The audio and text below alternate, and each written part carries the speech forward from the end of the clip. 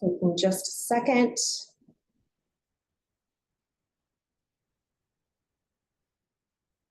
Okay, so it looks like we are now live streaming. Just a second. All right, we'll give that another try, make sure the feedback. All right, so that we are live streaming via YouTube, so we have that set up and we will go ahead and get started. And our first presentation was scheduled for 1 minute ago. However, I do have an opening statement I am going to make, and then we will certainly make sure, Larry and Tiffany, that you have your full 15 minutes. All right, so good morning and welcome to the 2024 evaluation meeting for the Trails category of the Washington Wildlife and Recreation Program. I am Karen Edwards with the Washington State Recreation and Conservation Office, and I will be moderating today's meeting and a portion of tomorrow morning's meeting. Then Marguerite Austin, our section manager for the Recreation and Conservation Grants team, will take over for the rest of the for tomorrow morning. With me is a team of volunteers who are serving as evaluators for this grant category, where state and local agencies are requesting funds to acquire and develop land for public recreational trails and trail facilities. There are a total of 12 project proposals being presented over the next day and a half, with 8 today and 4 tomorrow morning. These volunteers will score and rank project proposals, and the final ranked list will be made available to the Recreation and Conservation Funding Board in October of this year, with a request for their approval in anticipation of potential funding. The board-approved ranked list will be delivered to the governor's office in November, and the governor and legislature will consider funding for these projects during the 2025 legislative session. To learn more about the Recreation and Conservation Office and grants available to support recreation in Washington State, please visit our website at www.rco.wa.gov.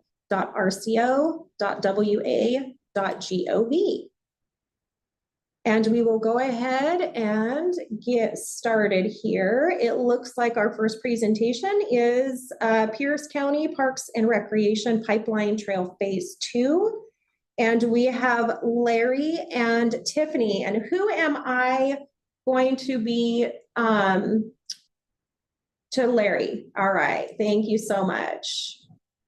And we'll go ahead and hand remote control over to you, Larry. And it looks like you have them, so feel free to move your cursor around. Sometimes you have to double click, and I'll let you know when your cursor shows up on my screen. There we go. And it looks like you could advance. Okay, and I'll go ahead and start the 15 minutes from here, so don't feel pressured. And the floor is yours. Good luck. Thank you. Oops. And good morning. I'm Larry Levine, the director of Forever Green Trails, a nonprofit that provides technical assistance to support the build out of Pierce County's regional trail system. I will be presenting today about Pipeline Trail Phase 2, Fruitland to Nathan Chapman Trail / Heritage Recreation Center. With me today is Tiffany Odell, the planning supervisor for the Pierce County Parks Department, who can answer any questions that you might have. This $1.5 million grant request will extend an evolving trail system that serves one of the fastest growing areas in Pierce County and will help fill a crucial link between downtown Tacoma and the Foothills National Recreation Trail. The project is located in the unincorporated urban community of South Hill, located in central Pierce County, just south of the city of Puyallup. It is located entirely within the county's comprehensive urban growth area, with a portion also in Puyallup's urban growth area. This phase of the trail development includes 2 sections. The red dashed line indicates the grant-oriented portion of the project from Fruitland Avenue East along Tacoma Public Utilities water pipeline corridor to a trailhead at Half Dollar Park. The short dashed purple line south of this indicates an on-street portion of Phase 2 that the county is paying for independently and is not part of this grant request. However, both will be developed concurrently to provide a key connection between the regional pipeline trail and the existing local trail network. The pipeline trail is a major multi-jurisdictional facility. The city of Tacoma previously developed its section indicated by the solid green line toward the upper left. The county is currently constructing the first phase of the trail in the unincorporated area, shown in dashed green, which extends from Tacoma city limits to Orange Gate Park. Phase 3, indicated by the orange dash line, will connect from Orange Gate Park to South Hill and include a crossing under 512, a major barrier for active mobility in the region. That section of the trail has some complex wetland and roadway crossings and other challenges that the design team is still working on. However, as the very spine of our region's active recreation trail network, we did not want to halt development on the Pipeline Trail for a biennium while we worked out these issues. Instead, we nimbly switched our focus to keep the development of this trail moving by constructing Phase 2 in South Hill. Criterion 1, need. The existing pipeline corridor has a long history of unofficial recreational use, serving as one of the only safe off-street places to walk, bike, and roll in a community largely lacking sidewalks and bike facilities. The need for a formal active recreation facility here to help address these infrastructure shortcomings was recognized in the 1990s with the inclusion of the pipeline trail concept into the non-motorized transportation plans for both the city of Tacoma and Pierce County, and in both the Mid-County and South Hill community plans. It was also included in the Pierce County Regional Trails Plan, Parks, Recreation, and Open Space Plan, and Capital Facility Plans. Unincorporated Pierce County is expected to grow by more than 22,000 people by 2030, and the Pipeline Trail will serve the area that is anticipated to experience the greatest portion of that growth. This phase of the Pipeline Trail is in the south region of Pierce County's park system, which the PROS plan identifies as a high priority area for trail investment based on demographic data, zoning, projected population growth, and access to park resources. It has the second highest unincorporated population of the regions, and the second lowest rate of developed park acres and of open space, and the lowest rate of trail miles. With housing expected to increase by 46% by 2030, this area has the highest number of acres zoned for multifamily housing, a type of development with less on-site open space and a higher proportion of young families with children. Therefore, public access to parks, green spaces, and trails is crucial for residents' quality of life. The Pipeline Trail is a critical link in Pierce County's regional trail system, connecting downtown Tacoma with urban and suburban areas to the southeast. A 2016 report conducted by the Puyallup Watershed Initiative evaluated the benefits of a Tahoma to Tacoma trail network from Mount Rainier National Park to Commencement Bay that includes this project. The study identified over $5 million in potential health equity, environmental value, and transportation benefits. It looked at census and other data to calculate benefits such as healthcare savings, fewer auto miles traveled, reduced congestion, job growth, tourism, and property values. The route will provide non-motorized connections to regional transit and increased access to parks and public lands, supporting habits of healthy, active living among area residents. Only about half of the roadway miles in South Hill have sidewalks, and those sidewalks are often disconnected, not forming a useful network for residents to move throughout the community. The development of the Pipeline Trail connection to the Nathan Chapman Trail will connect more than 3 miles of continuous trail, safely connecting thousands of residents to 3 schools and 3 parks. Transit access in South Hill is extremely limited. The project area's only bus route has upwards of 30-minute lead times during peak hours. Access to this single transit line is impacted by a poor disconnected built environment for active mode users. This project will provide safe and inviting access to this bus route with increased demand. Service frequency may increase in the future. The Pipeline Trail itself will become a major non-motorized transportation corridor from South Hill to the employment and regional transit hub in downtown Tacoma. When complete, it will entail more than 10 miles of interconnected trails for recreation and commuting, serving more than 100,000 people and providing recreation and mobility access in multiple unincorporated areas that historically have lacked infrastructure investment. Criterion 2, project scope. In this zoomed-in map, the solid green lines represent completed trails and dashed lines represent planned trails. Starting at the top left of the map, the dashed orange line is the future Phase 3 of the trail, which will cross under SR 512 in Puyallup's urban growth area. The red dashed line represents this project, which begins at Fruitland Avenue East and heads southeast on a 100-foot wide water utility corridor. The grant-funded project ends at the trailhead in Half Dollar Park, located at the corner of 94th Avenue East and 122nd Street East. From there, the trail will connect to an existing shared use path along 122nd Street East. That path exits the street right-of-way and traverses a large public works facility. A new on-street shared use path along 90th Avenue East will be built by the county to connect to the Nathan Chapman Trail, which goes through Heritage Recreation Center and then on to South Hill Community Park. Again, the 90th Avenue East connector is not part of this grant request. However, it will be developed concurrently with the grant-funded section to maximize community impact. No property acquisition is needed for the grant-funded portion of Phase 2. The county already has a 50-year renewable easement from Tacoma Public Utilities to construct and operate a trail on this utility corridor.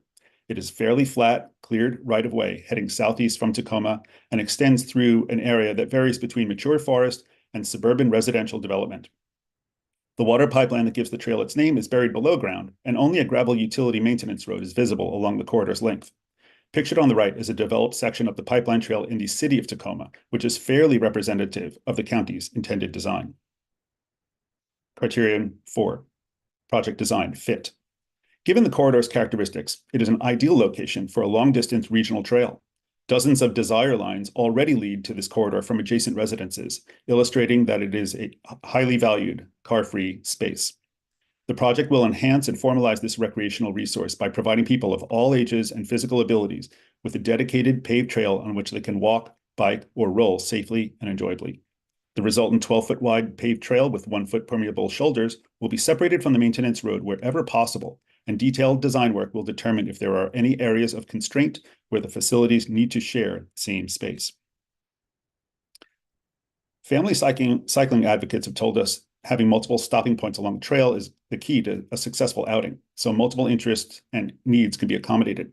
The 3.5-acre half-dollar park will provide parking and trail access, as well as a picnic area, on-site walking paths through the forest, a soft surface bicycle skills course, a nature play area, and accessible restrooms. Our vision is not just to simply provide trail access points, but true multiple-use parks along Pipeline Trail to support a variety of needs and experiences.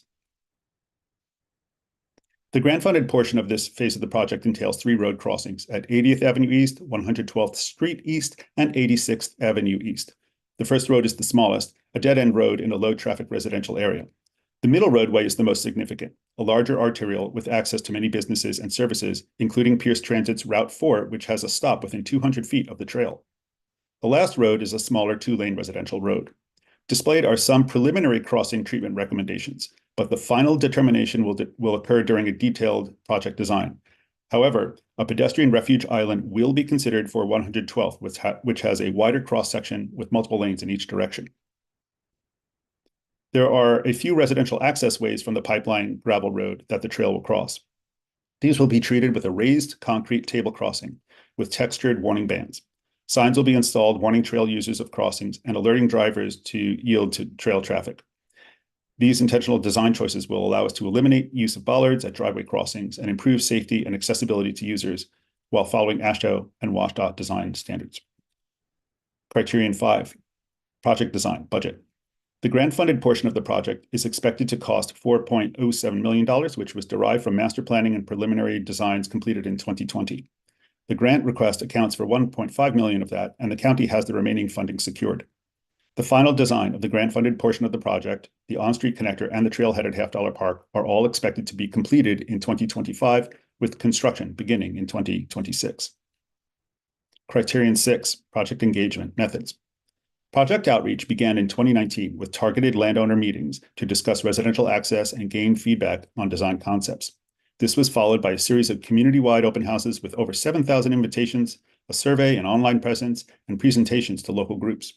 As a result, the Pipeline Trail and its associated trailhead projects have garnered substantial support from the general community, from road and mountain bike groups, trail advocates, school districts, local community associations, and city and utility partners. Criterion 7, project engagement, community. Community feedback about the driveway crossings resulted in prioritizing trail user movement over that of motorists. Signage will indicate that vehicle drivers must yield for people on the trail. Also, raised concrete table crossings will reinforce the message that the trail has priority over the driveway access. Community eagerness for the Pipeline Trail influenced the county to shift phase 2 to the South Hill area instead of delaying development until the complexities of the next contiguous section of the trail to the north could be resolved. Criterion 8, project engagement, partnerships. This project has been thoroughly supported by partners like Forever Green Trails. In phase 1 of the project, the organization secured a grant award from the Names Family Foundation, and additionally, Forever Green Trails, with support from Foothills Rails to Trails Coalition, hosted a public-private fund drive that exceeded its fundraising goals. These two actions leveraged $3 million in grants for the combined trail and trailhead projects and greatly helped raise public awareness.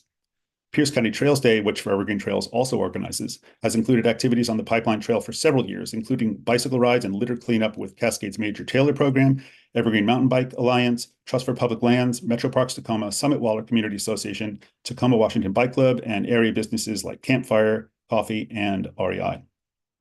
Criterion 9, sustainability. The pipeline trail will increase access to transit and active transportation options across multiple communities. Pierce County's adopted greenhouse gas reduction plan is called Sustainability 2030. It identified active mobility as one of the key objectives for reducing CO2 emissions from transportation. In using an existing utility corridor, this project minimizes the additional impact on tree canopy and helps improve the public benefit of this asset. The wide utility corridor will facilitate future trail maintenance with minimal disruption to users and lower operational costs. The pipeline trail will support social sustainability by providing a broad range of users with options for physical activity. In 2016, the 2016 Tahoma to Tacoma study projects substantial health, equity, environmental, and economic benefits of this trail's development. This project will reduce residents' reliance on cars by connecting them to the community's destinations like parks, schools via a safe, non-motorized network, and also to the broader region via transit and trail connections to adjacent communities. Criterion 10, enhancement of wildlife. This linear corridor generally does not have significant environmental features, though the project will complete necessary environmental permitting to ensure no impacts to sensitive areas. TPU does not allow for reforestation in the utility corridor proper due to potential conflicts with its water infrastructure. However, the trailhead at Half Dollar Park provides opportunities for enhancement and restoration. Its existing tree stand has not been actively managed and will receive selective thinning to remove dead and diseased trees and establish a healthier canopy. Native understory plantings are planned as well. The trailhead area will have invasive plants removed and replaced by landscaping with native plantings, and a native tree and planting buffer along the west edge of the property adjacent to the newer residences is likely both for habitat enhancement and privacy screening benefits. Criterion 11, linkage between trails. Pipeline Phase 2 will help form the foundation of a planned South Hill community trail system that will link several additional schools displayed in blue, parks displayed in green, and neighborhoods, and also the commercial corridor of SR 161, also known as Meridian Avenue East. The project is an important part of the core of Pierce County's regional trail system, linking to the Foothills National Recreation Trail, the Puyallup Riverwalk, Sumner Link, and the Spuyallup Trail, also known as the Tacoma to Puyallup Trail. Many of these trails include further linkages beyond Pierce County, such as the Interurban and Foothills Trail, which connect to King County, and the Scott Pearson and Cushman Trails, which connect to Kitsap County. All of these connections are included in the Regional Trails Plan, a chapter of Pierce County's PROS plan. Criterion 12, linkage between communities. Unincorporated areas often have a fragmented infrastructure and lack a sense of place. This trail will help knit together communities, providing access to schools, parks, commercial areas, and residences within the South Hill community. By extending this regional trail, we will make demonstrable progress toward our goal of connecting all communities in Pierce County via trail. It will link urban centers while helping us realize a vision of parks connected by a string of pearls concept, including Swan Creek Park in Tacoma, Orange Gate Park in Summit Waller, Half Dollar Park, Heritage Recreation Center, and South Hill Community Park, Hop Farm, Meridian Habitat, and 100 Acre Wood Parks in South Hill. Criterion 13, water access and views. Phase 3 of the trail will connect from South Hill to Orange Gate Park, which offers views of the east fork of Clear Creek and access to pristine forest trails winding around wetland habitats. Another 3 miles north, trail users will be able to access Swan Creek Park in Tacoma, which features a salmon-bearing stream and additional forest views in a deep riparian canyon. The future connection east to the Foothills National Recreation Trail will also provide incredible views of the Puyallup River Valley from the top of South Hill Bluff. Criterion 14, scenic views. Mount Rainier dominates the view continually along this phase of the trail, providing majesty and a sense of place in our region. Barring cloud cover, it is impossible to miss. A Mount Rainier view picnic area is planned at Half Dollar Park, which will provide an excellent place to rest and take in the sheer majesty of this site. Criterion 15, cost efficiencies. Additional cost efficiencies are demonstrated by a partnership with Tacoma Public Utilities. TPU has granted Pierce County a no-cost renewable 50-year easement on a portion of the utility corridor for the construction and operation of the pipeline trail. The utility has also been a partner in identifying ways to share certain costs like trail maintenance. Also, ongoing stewardship is fostered by events such as Pierce County Trails Day. I appreciate the opportunity to speak with you today about the Pipeline Trail Phase 2 Fruitland to Nathan Chapman Trail Heritage Recreation Center project, and we are happy to answer any questions. Thank you. Thank you very much, Larry. Okay, any questions for Larry or Tiffany on this project?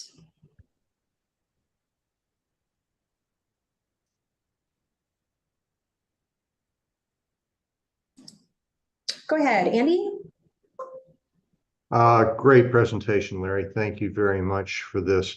How much of the project is now over grade from over 8%? I don't know that we have a specific number. This is actually one of the flatter sections of the pipeline. For the most part, this one will be lower percentage inclines than some of the sections further west. All of the trail will meet the ADA development standards. What that means is not that every bit of the trail will be accessible. It means that we will have signs posted letting people know about accessibility needs. And all of the trail, as well as Half Dollar Park, will be built to Architectural Barriers Act standards, which is we have to build within this pipeline prism, and we can't significantly change grade. So we're doing everything we can to educate people about accessibility. Yeah, I completely appreciate that. I was just wondering over what length you thought you were going to have those sorts of problems to deal with. I don't know that off the top of my head. I would be happy to look at that and get back to you. It would all be estimate at this point. We're just starting design of the project, so we'll have much more detail in the next 6 months or so as we complete that initial phase of feasibility and design. Understood. Thank you. And the Nathan Chapman Trail, what is the current tread and style of that trail? This is an asphalt trail that starts at Heritage Recreation Center. I believe it's 12 feet wide and connects that whole section you see there in green from Heritage down to South Hill Community Park. It's Great. very heavily used. Yes, thank you very much. That answers my questions. Thank you, Andy and Tiffany. Okay, we will go with Brian and then Betsy. Great. Thank you very much for the presentation and for following along the evaluation criteria. That's really helpful. And I wanted to ask, it does indicate bollards in the design here. I'm wondering if you're considering whether there are alternatives to bollards. You'll see in the AASHTO guidance, the AASHTO bike guide generally recommends avoiding bollards when possible, and that there are other ways to deal with trail entrances and so forth to avoid those uses. That, and also at the same locations, I'm a little concerned about the angle at which the trail meets all of those high-speed roads. Are you, one, looking at reducing the speeds of any of the roads, or perhaps being able to shift the trail so it meets the roadways perpendicular rather than at an angle? I don't think we anticipate any of the road crossings actually being at an angle. This is just the overall plan. We will go through and do detailed design of each of those intersections. I'm guessing that's where we will spend the vast majority of our time designing, and our construction funding is to make sure that those crossings are absolutely as safe as possible, especially on 112th, where we've got 5 lanes and I think 35 or 40 mile per hour posted traffic limits, not necessarily actual traffic speeds. So we will look for any and all opportunities to make those crossings safe.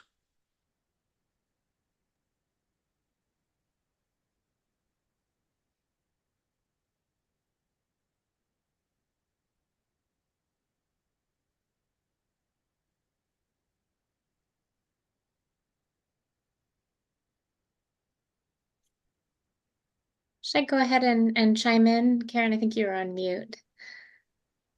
Yes, you're right. Yes, please. Go ahead, Betsy. Thank you.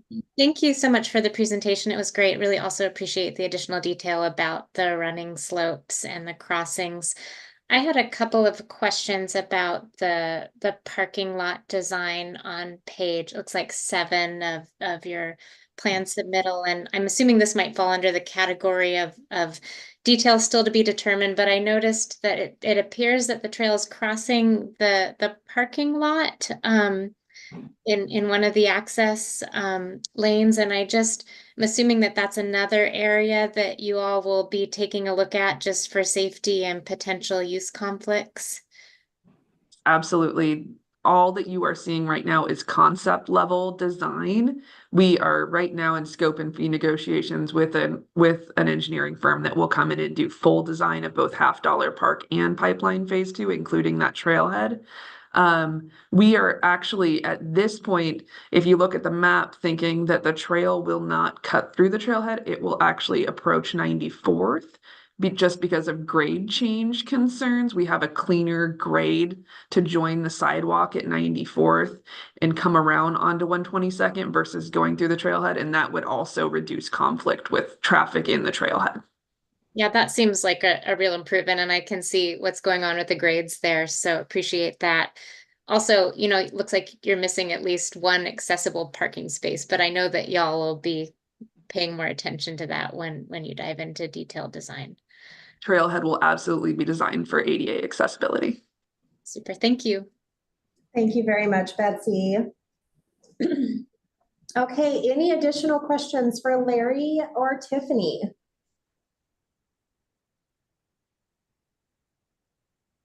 All right, I am seeing none. Well done. Thank you so much, Larry, and thank you for answering the questions, Tiffany. Thank you. Consideration. Thank you both so much. All right, next we have City of Covington's Jenkins Creek Trail Phase 1. We have Ethan on the line. Ethan Newton from the City of Covington. Good morning, Ethan. Good morning, everybody. Good morning. I will go ahead and hand controls over to you. You should have them. Go ahead and move your cursor around, maybe click. I'll let you know when your cursor shows up on the screen here. There we go. And go ahead and try to advance slides. We'll make sure it's working for you. Might take a second to catch up. Sometimes it does. There we go. Okay, and it looks like you have control. So the floor is yours, Ethan. Good luck. Okay, thank you. Hello, I'm Ethan, Parks and Recreation Director for the City of Covington. The project being presented today is Jenkins Creek Trail Phase 1. Covington is located in southeast King County and has a population of 22,000. The population within 5 miles of the project site is 156,000. This slide shows the master plan for the entire 3-mile length of Jenkins Creek Trail with west and east trail alignments to serve areas on either side of the creek. The limits of this Phase 1 project are highlighted in hot pink. Future phases will extend the trail both north and south. This slide zooms in on the project area. The project is a combination acquisition and development project that seeks funding to develop almost a mile of trail and includes a purchase of a trail easement. Eval Criteria 1, Need and Local Priorities.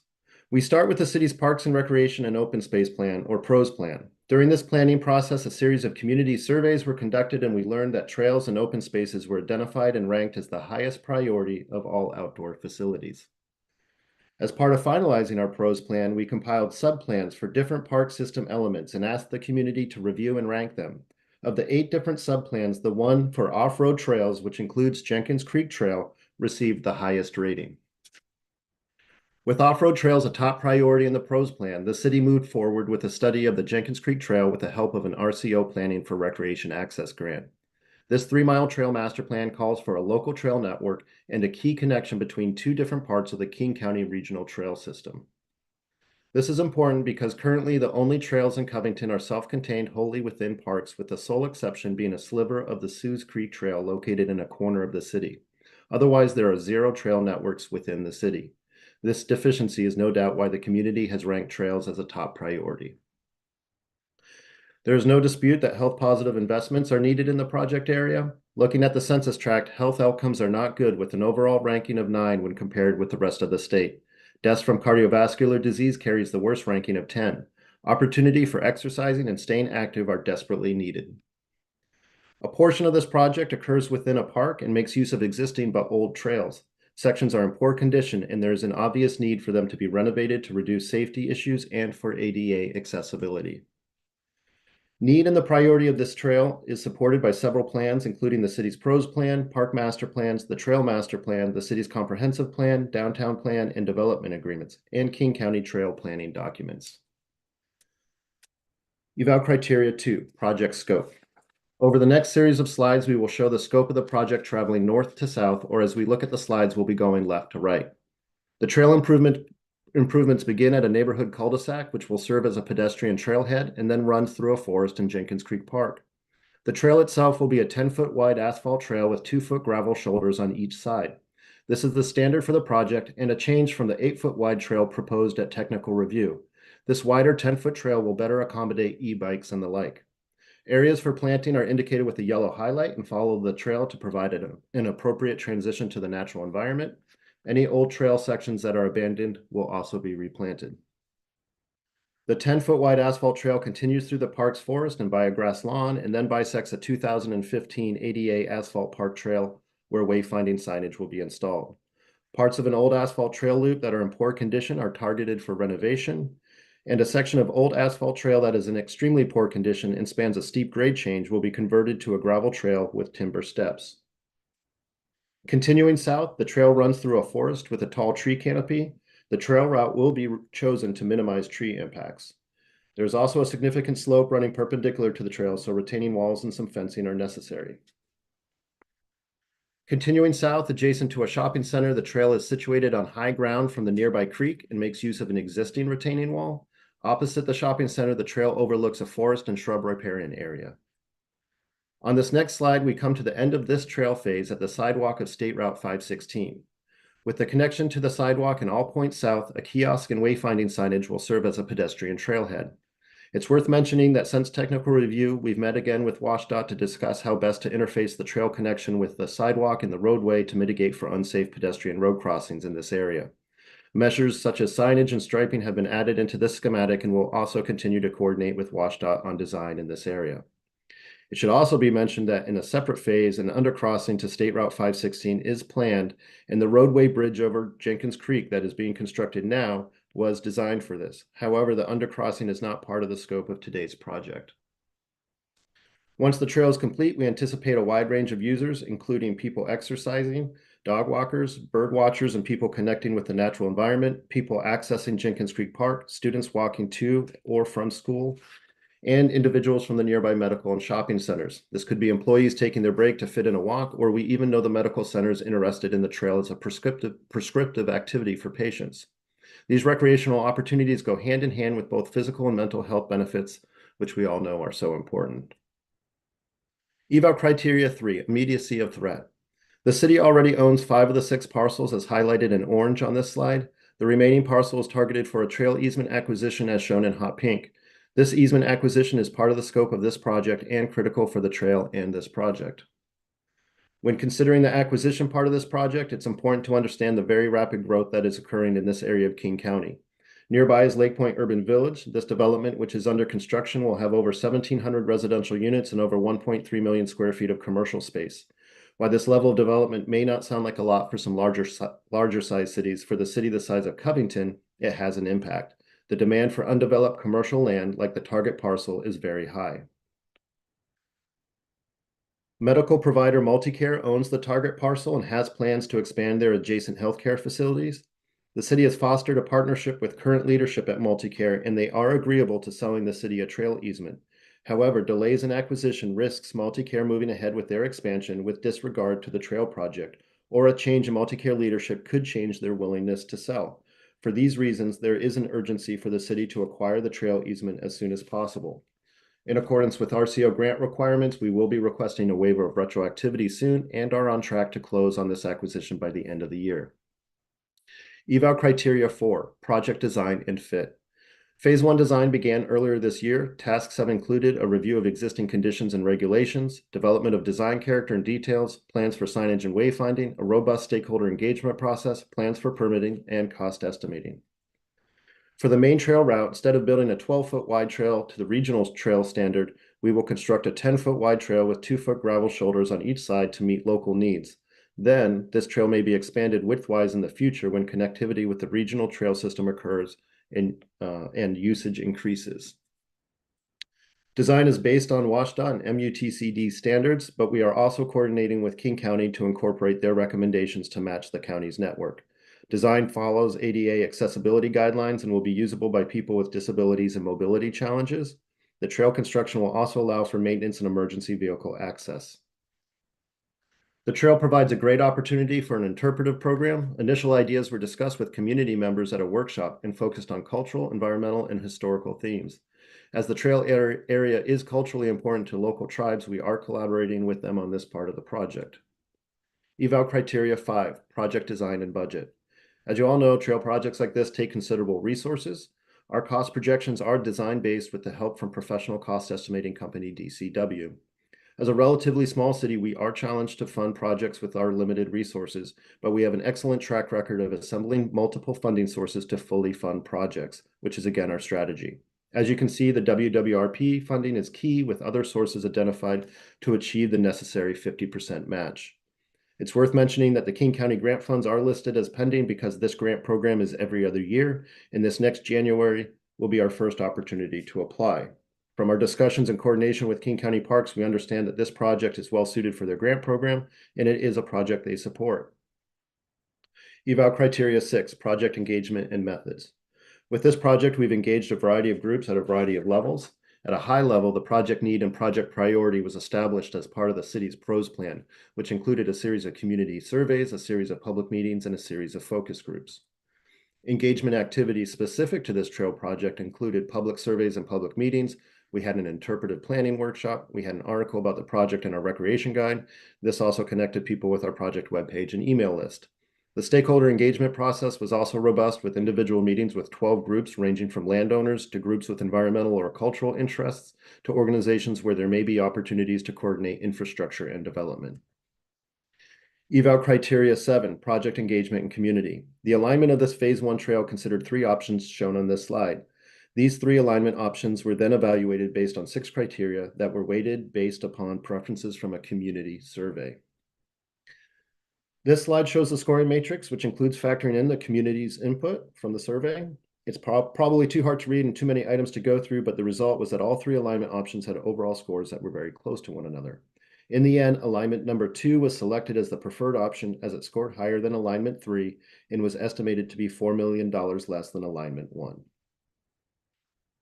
Eval criteria 8, project engagement and partnerships. A product of our stakeholder outreach has been the development of working partnerships with other organizations, most notably with tribes, King County Parks, Multicare, and WSDOT. Less formal than our partnerships, but noteworthy nonetheless, we also received letters of support from 14 community groups. There's a lot of support for this trail to be built. Eval criteria 9, sustainability.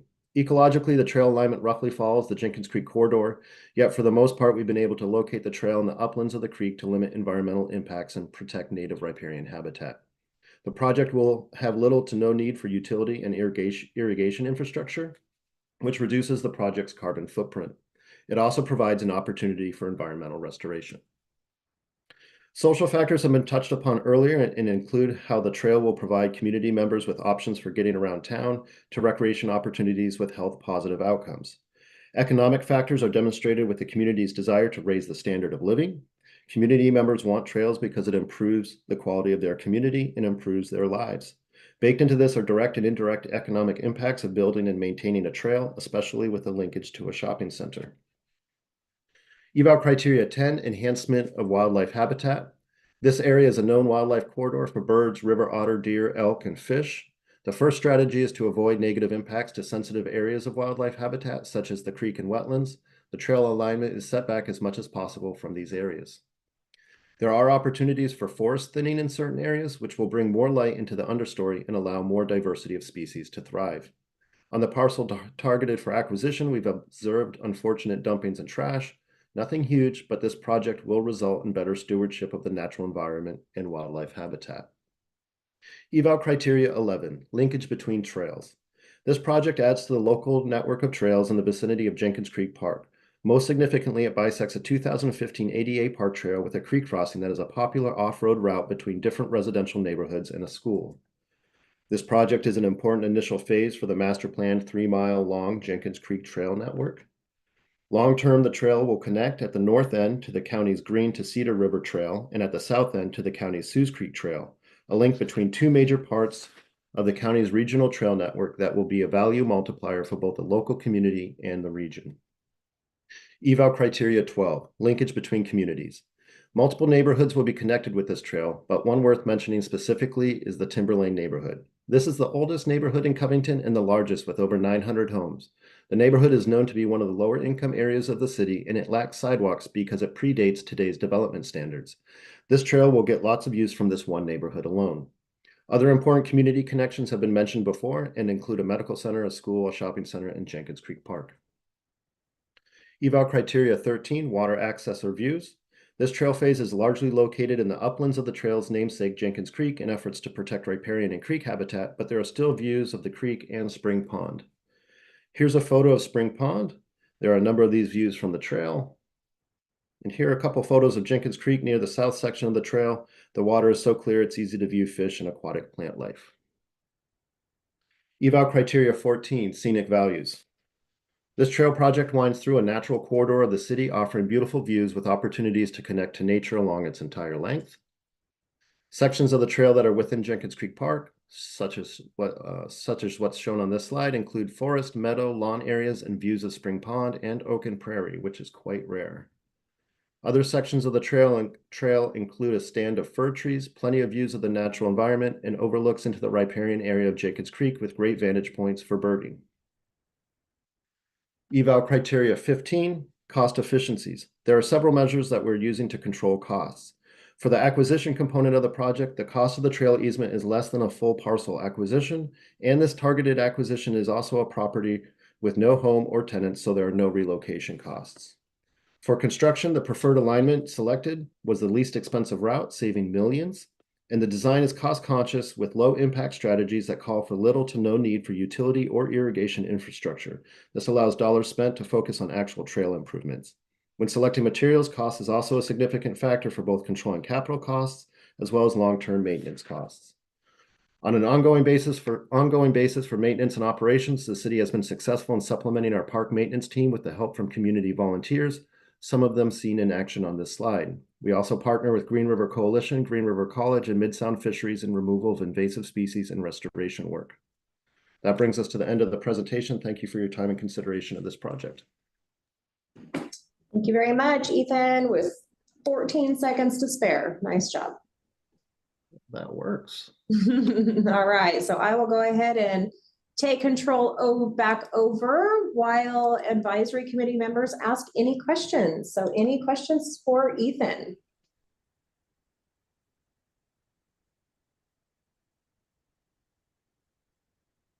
Go ahead, Brian. Yeah, great presentation. Thanks very much. And I'm glad you were able to connect with WashDOT Northwest Region. I'm not sure if you talked to them about bollards. I know our design standards at WashDOT has been changing. I noticed it's in your design costs, and we in general will not be putting bollards in the clear path of a shared use path alongside perhaps, but yeah, and AASHTO does not have that as a recommendation either. They have alternatives that are preferred to using bollards on a clear path. Something just to consider whether that is possible to remove. And I think that is all I have. No, thank you for that comment. We're early in our design process, so that's on our radar for things like that to be taken a look at. So thank you. Great, thank you very much, Brian. Go ahead, Betsy. Great, thank you so much for the presentation. Really appreciated the change in design from the 8-foot path to the 10-foot. Appreciated your addressing that. I was curious about the comment that could be expanded in the future in the event that, or when the trail connects to the regional trails network. Why wouldn't that happen in this first phase? Why would you not design that to be future compatible with that broader trail network at a wider dimension? So it is being designed to be compatible with that in the future. I think that's the point we're trying to make. So when we do these When we're doing the trail easement acquisition, we're looking at a width that will accommodate a larger 12-foot wide trail in the future. I think what we're trying to avoid is, or at least have flexibility to, as we go through the design process, is build a 12-foot wide trail that will really be oversized in the early phase of this trail network, because it just won't have the large usage yet. But when it connects to the regional trail system, obviously that usage will increase and that larger width will be needed. That as well, because we are early in our design process, I think we wanted to say it would be 10 feet minimum, but we'll still look at that in our design process. And we may make the decision to just say, you know what, it just makes sense, even if it's not going to necessarily need the 12 feet, just to build it to the 12 feet now too. So. Yeah, I appreciate that. I think that, if there aren't any significant site constraints to that, I'd strongly encourage you all to think about that, just because these projects don't happen very often. And as you've said, the community is increasing in size dramatically. Yeah, no, that's a good point. And that's something we're in discussion with our King County partners on this as well, because obviously their interest, if this is going to be a regional trail connection, is to meet their standard on that too. So good point. Super, thank you. Thank you so much, Betsy. Any more questions for Ethan?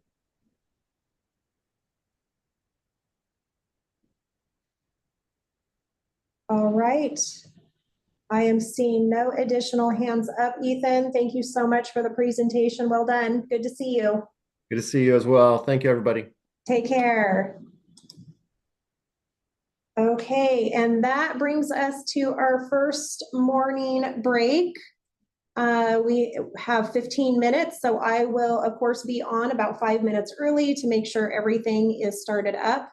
And then we will start right on time at 11:15 with Port Angelis's Race Street Olympic Discovery Trail Extension. Have a nice break, everybody.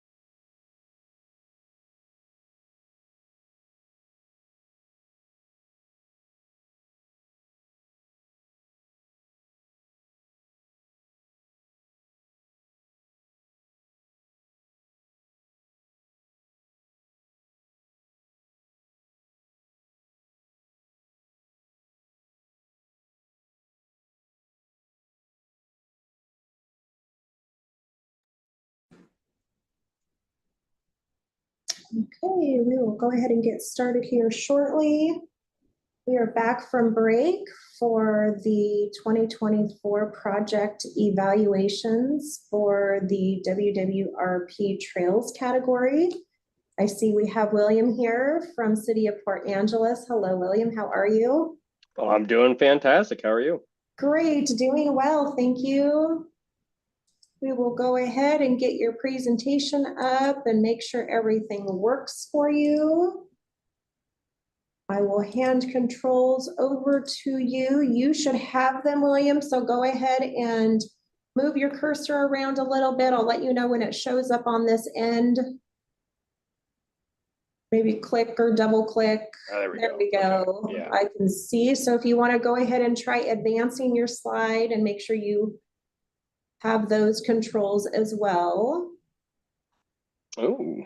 Oh, great. There it goes. Okay. Cool. Okay, and we are right at 11:15, so I will hand it over to you. Good luck, William. All right. Welcome, everyone. This is the presentation of the Race Street Shared Use Trail to Olympic National Park. My name is Will Habel. I am the grants manager for Port Angeles. I'm very excited to present this project today, which will help connect users to a host of trails and recreational opportunities. I'm sure most of you are familiar with Port Angeles, located here on the Olympic Peninsula in the foothills of the Olympic Mountains.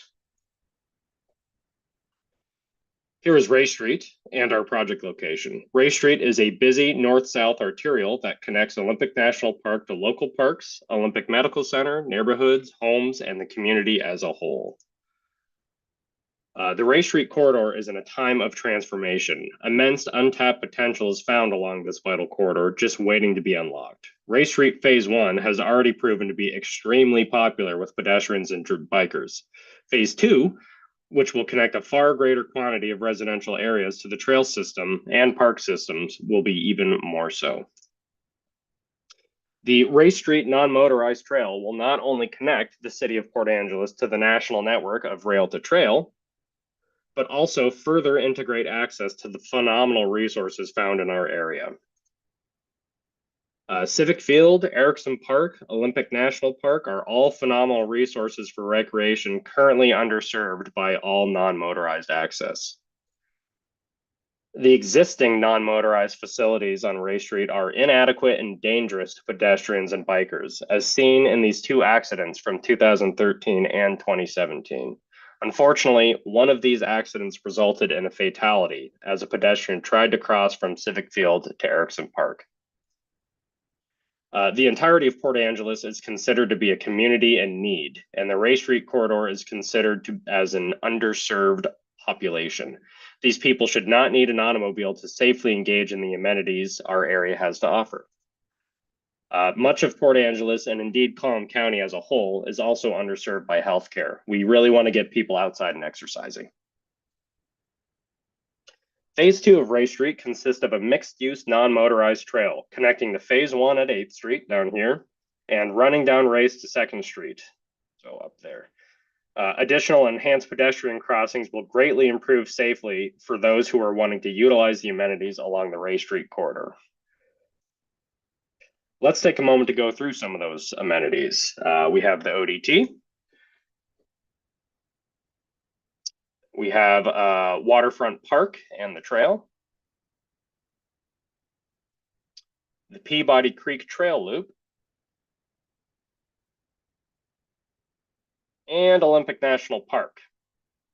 So this gentleman here told me he had been thoroughly enjoying the ODT and Phase 1 of the Ray Street Trail, which he actually rode to get up here to the Olympic National Parks Visitor Center.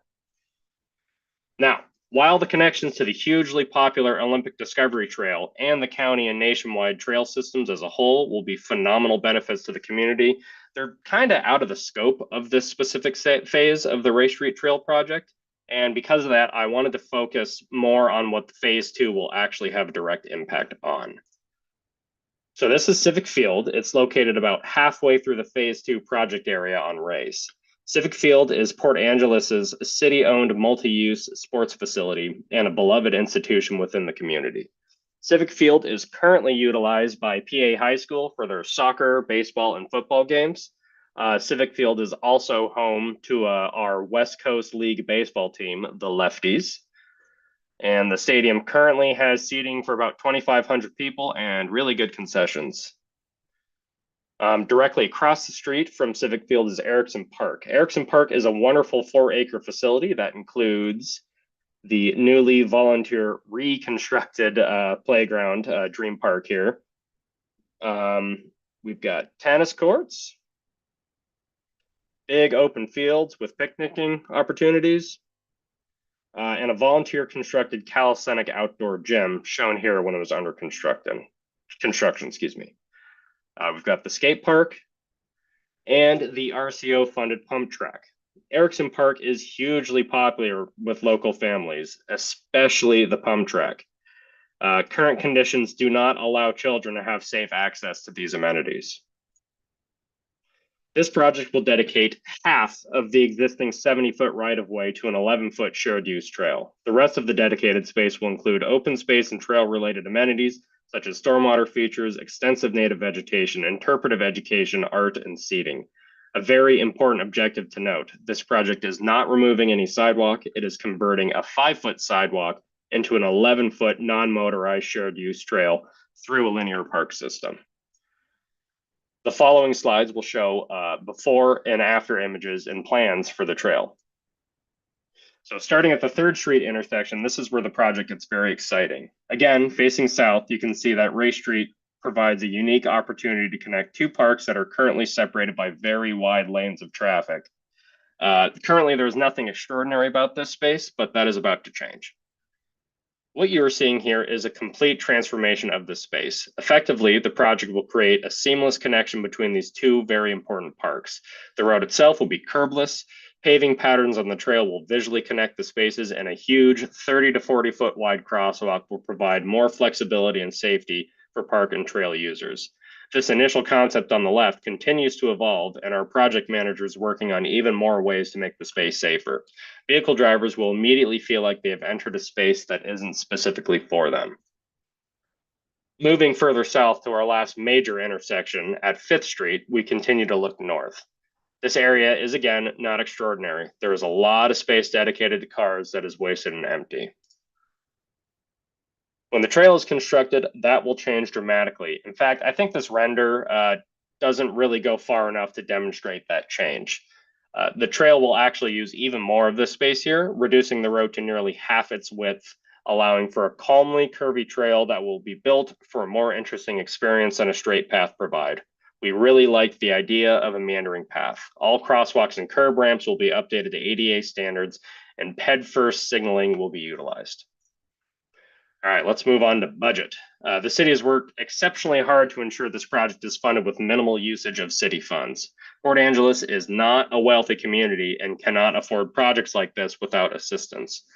Phase 2 is nearly entirely funded with federal and state grants. RCO WWRP Trails is the final nail that we need to start construction of Phase 2. Costs only grow greater every year, and another 2-year setback to the project could potentially be devastating. It's extremely important to point out that we are 70% complete for the funding of Phase 2. This RCO funding fulfills an additional 30% gap. We've accounted for the reality that recent inflation costs make construction a struggle, and our cost analysis includes 30% increases to account for project cost creep that continues to affect construction projects right now. All in all, RCO will be able to provide nearly $2 million to the final funding for Phase 1 and 2 of this project, which I think is really exciting. It's creating connections, it's providing access, it's celebrating our community's recreational diversity and our connection to the national park, and it's setting a standard for transportation equity that will be hard to top. So this project has been guided by and brought through 2 intensive public processes since 2009, when the American Institute of Architects Sustainable Design Assessment Team held 3 days of workshops and charrettes within the community. In addition to the charrettes and workshops, the city hosted open house events with 60 in attendance of our most recent open house and 225 surveys weighing in on the design. Local stakeholders and Ray Street residents were directly contacted to provide comments and suggestions as well. The Lower Alwa Clallam tribe was consulted not only through the Cultural Resources Review, but as a partner in this project. The project has received vocal support from the public and organizations within town. Comments were received from residents of the neighborhoods of along Ray Street, with their inputs being integrated into the design and build process of Phase 1. As stated previously, residents in the neighborhoods along Ray Street were provided with meeting notice and surveys directly by mail.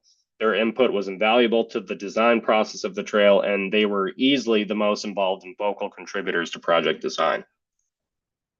The support from the greater community has been tremendous, and it includes collaborations with the National Park, Clom Transit, among the many others listed here, and we have even more. It's just hard to fit them all. Let's talk about sustainability. Port Angeles is unfortunately a very car-focused city. Our public transit is improving, but it's still limited. An arterial bikeway on a major thoroughfare will undoubtedly encourage people to take their cars to work less frequently and hop on their bike, which will help lower carbon emissions, noise pollution, smog, and 6 ppd runoff. The multi-use trail will also implement much greater stormwater control, removing impermeable pollution generating surfaces, adding permeable pavement where feasible, and extensive usage of rain gardens and biofiltration.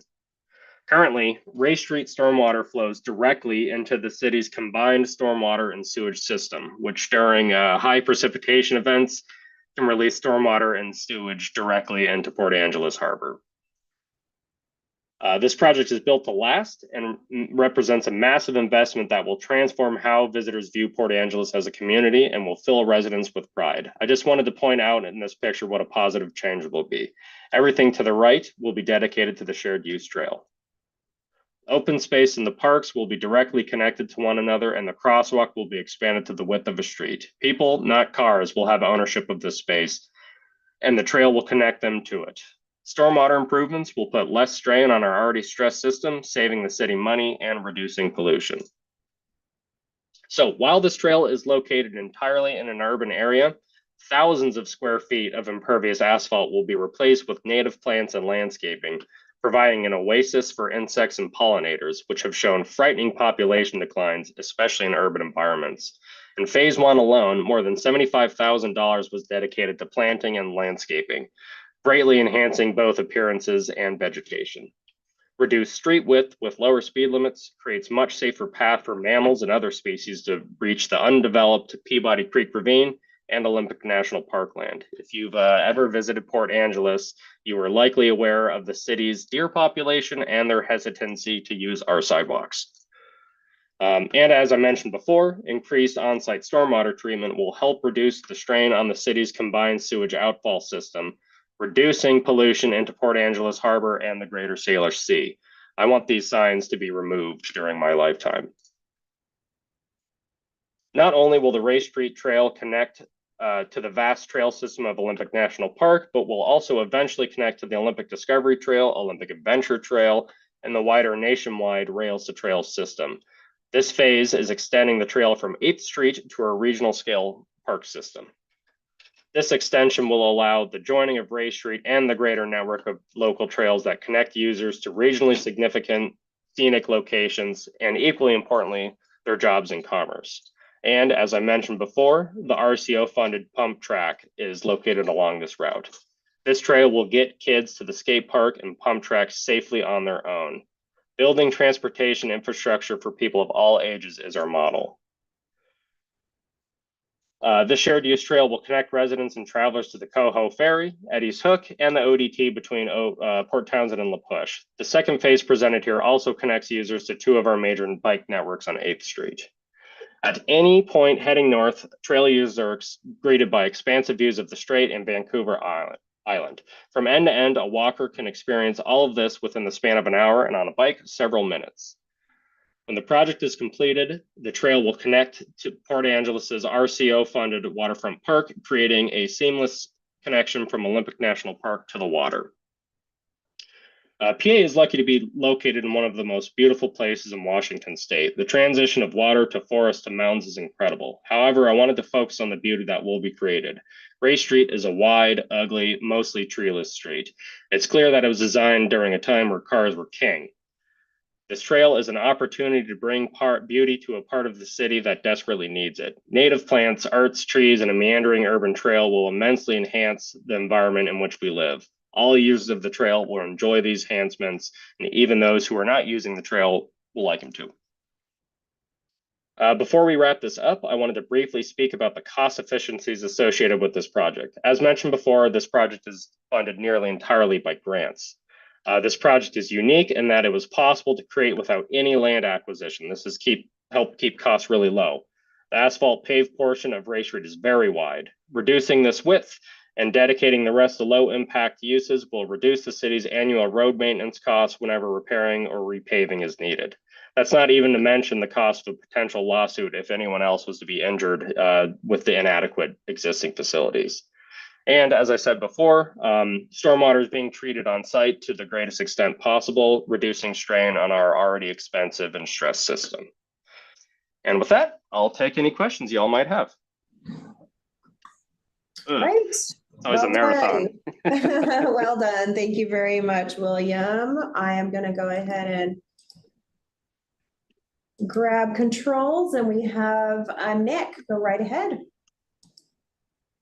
Thanks. A couple questions for you too, actually. One, looking at your plan, one of the things I noticed was that there were a number of sort of arcs and different curves in the proposed multi-use trail, and it didn't look to me to see that they were responding to anything specifically. So I'm wondering, was there a specific design intent with why those might curve or why they didn't run, parallel to the back of the walkway? It's really just to create a more visually interesting experience, because Ray Street is pretty arrow straight going through PA, and it's not really as fun to just have this straight path going along. It would almost be like a big sidewalk at that point. So we wanted to kind of intersperse the landscaping and the trail, have it kind of slowly move, just make it a more interesting experience for people using the trail. Okay, thanks for that one. And one other question for you Sure. was, I noticed in your cost estimate, you were mentioning some accommodation for inflation and whatnot. Who did you engage to prepare those estimates for you? Was that done in-house or by some consultant? Mostly in-house. We've have some idea from what phase 1 cost compared to, what we had estimated. So I was talking with our city engineer, and we've kind of used some of those percentages from phase 1, the cost increases, and apply them to phase 2, because both of these were primarily designed before, inflation went absolutely wacky. So we're trying to be as prepared as possible to account for those higher costs. Okay, thank you. Sure. Thank you, Nick. Go ahead, Brian. Hi, Nick. Great presentation. I just wanted to mention that you had mentioned gates and bollards in your design costs, and those. I would encourage you to look at the AASHTO 2012 bike guide. The new one should be coming out, and the recommendations are the same. It's basically to keep those things out of the clear path of shared use paths. So if there are alternatives that you can consider. So that was just one quick comment. And then the other is, how are you thinking about managing speed? Because I noticed you kept 12-foot lanes, and having a wide lane, unobstructed lane for a driver might encourage faster speeds, and you've got people crossing. I really like the raised crossing between the parks. Is there anything else to encourage just kind of a lower speed through that corridor? Well, we're still in the design process on that side of it, but a lot of it is just moving the landscaping and everything right to the edge of the street, because right now we've got 70 foot of pavement, and there is nothing slowing people down, because I drive Ray Street all the time. It's wide and unfortunately pretty quick. We'll be looking at more of the complete street and road diet principles to kind of slow things down on Ray Street itself, because the big one is the raised pedestrian crossing and greater signage will at least help bring some awareness to drivers. And I did want to add on the bollards part, we were pretty successful in phase 1 in avoiding their usage. I believe there's only one that we used up when you start getting closer to the visitor center. There's a 4-way intersection that has one collapsible bollard, because at the stoplight or at the stop sign, we had some people just, right onto the trail. So that was the one bollard we managed to use. But yeah, I do know that they're encouraging getting these things out of the trail, and we agree. We don't want to clog it up with a bunch of stuff and traffic control devices. Great, thanks. Sure. Great. Thank you very much, Brian. Nick, I see your hand up. Do you have another question for William, or was that a leftover? That's a leftover, sorry. Okay, no worries. Thank you very much. Didn't want to miss a question. Any other questions for William? All right, William, I see none. Well done. Thank you very much for the presentation. Of course, thank you. Okay, thank you. Okay, and moving on. Well, it looks like we have our next presenter here. That is Paul Knowles. Hello, Paul. How are you? Hello, I'm good, Karen. How are you doing? I'm doing well, thank you. So we will get your presentation up here. Nice. And then I will hand controls over to you, Paul. And you should have them. So Yeah. go ahead and move your cursor around, maybe click or double click. I'll let you know when your cursor shows up. There we go. And then if you want to go ahead and try advancing your slide, make sure you have that ability. See, it's not yet. Let's see, do I need a double click? There you go. It catches up to you sometimes. All right. Oh, wait, going back. Yeah. Mine back. Oh man. It's a little sensitive. Okay. Sneak preview. Yes. So it looks like you are, okay. So I'm going to go ahead and hand it over to you. Good luck.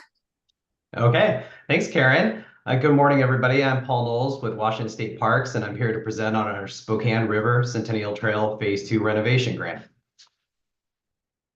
This project is located in Spokane County on the Spokane River Centennial Trail.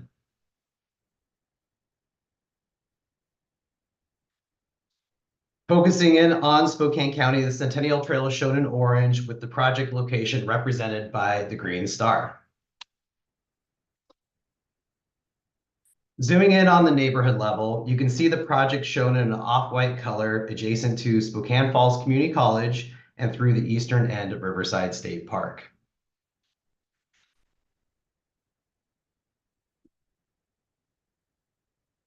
There we go. Sorry. There we go. This project addresses a 3-mile section of the trail beginning at TJ Meanock Bridge and heading west to Equestrian Lane.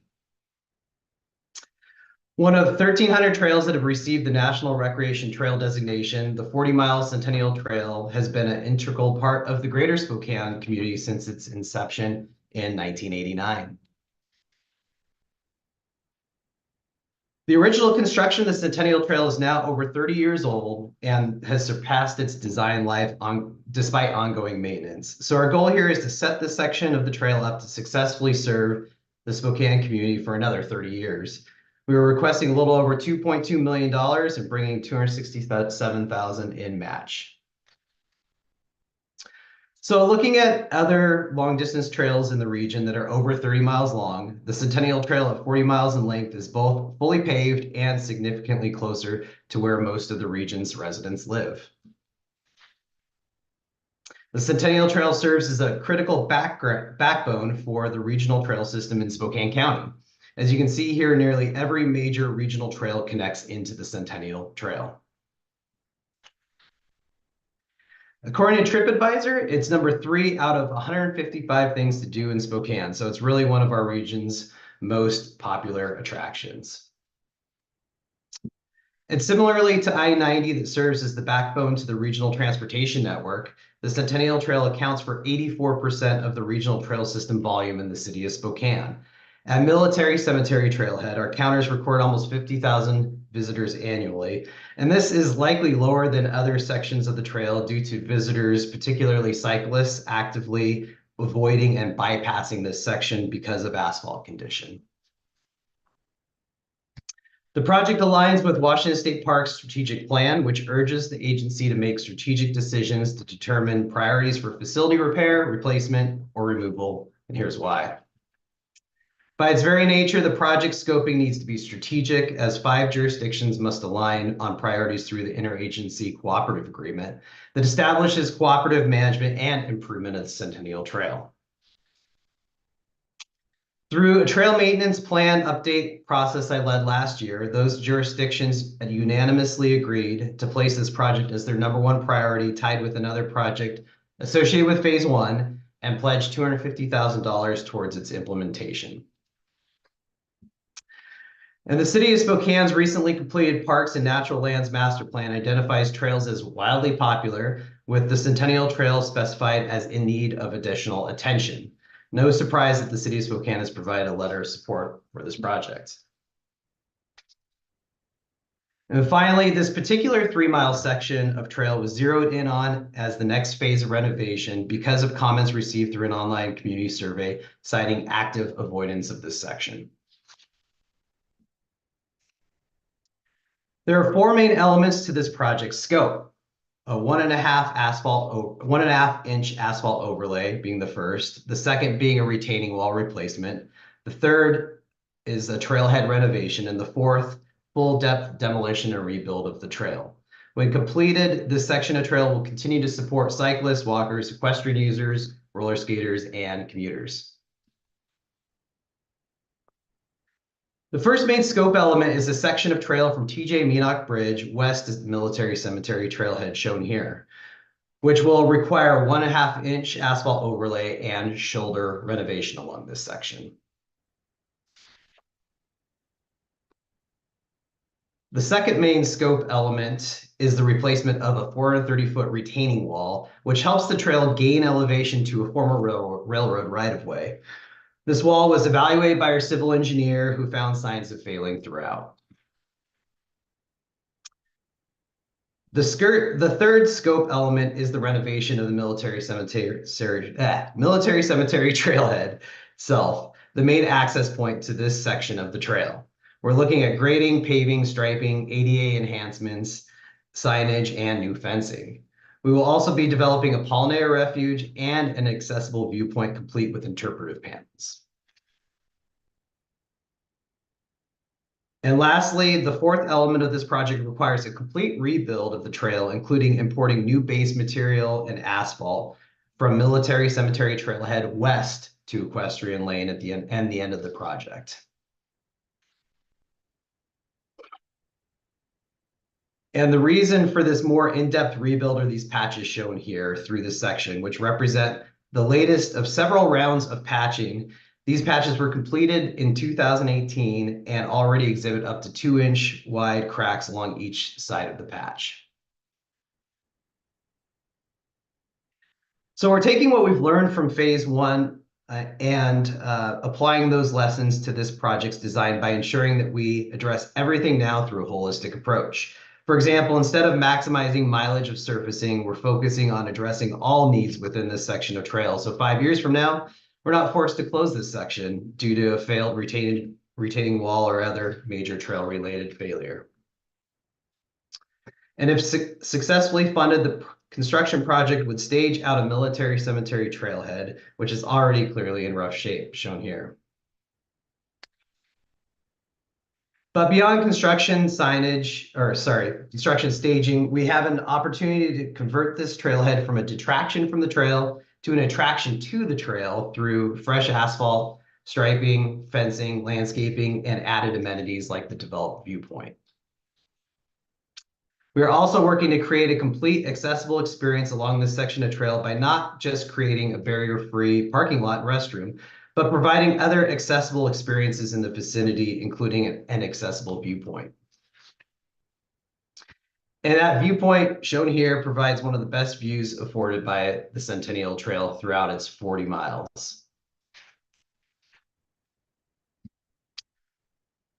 The Pollinator Refuge will be designed in consultation with the Xerces Society and Eastern Washington University's biology program. We've consulted with both to help scope this project, and they're enthusiastically supportive of this element and the location for it. Interpretive signage within this area will help engage the community in citizen science and ongoing efforts to monitor native bee and monarch butterfly populations. As for the project budget, we are taking a conservative approach, utilizing very recent per unit costs from the phase 1 renovation project that just wrapped up, and building in price escalation, 10% contingency, and sales tax on top of that. And we anticipate completing this project within the typical 2-year window provided by the RCO grant agreement, given our recent experience in implementing phase 1. So we have pursued numerous engagement methods to scope this project, including engaging directly with neighboring property owners, jurisdictions, and nonprofit organizations. We also developed and distributed an online community survey, getting local media coverage from the region's largest newspaper, and engaging internally with our agency's various programs to ensure this project has considered all of their needs. We originally looked at trying to address approximately 9 miles of trail in phase 2. However, due to the significant increase in construction costs recently and the evolving scope of this project, we needed to prioritize a 3-mile section within the original phase 2 concept. The input we received from the online survey made it abundantly clear that we should focus on this particular 3-mile section of trail, as well as Military Cemetery Trailhead. Beyond the cash and in-kind donations, this collective of partners really helped inform the project scope and ultimately will lead to this project being successful. The collective experience of the jurisdictions that represent the Centennial Trail Coordinating Council are sort of a monthly sounding board and resource for this project. The Friends of Centennial Trail is really plugged in with the trail users base and has its finger on the pulse of community sentiment. Spokane Falls Community College is a major unrealized anchor in this section for the trail. So using this project as an opportunity to spur on their own planning and investments that better connect the college to the trail is a potential outcome of this partnership. And lastly, pulling in Xerces Society and Eastern Washington University to help inform the pollinator refuge component really helps us ensure that we're doing this right, using the right species, the right sizes, and implementing a successful maintenance model.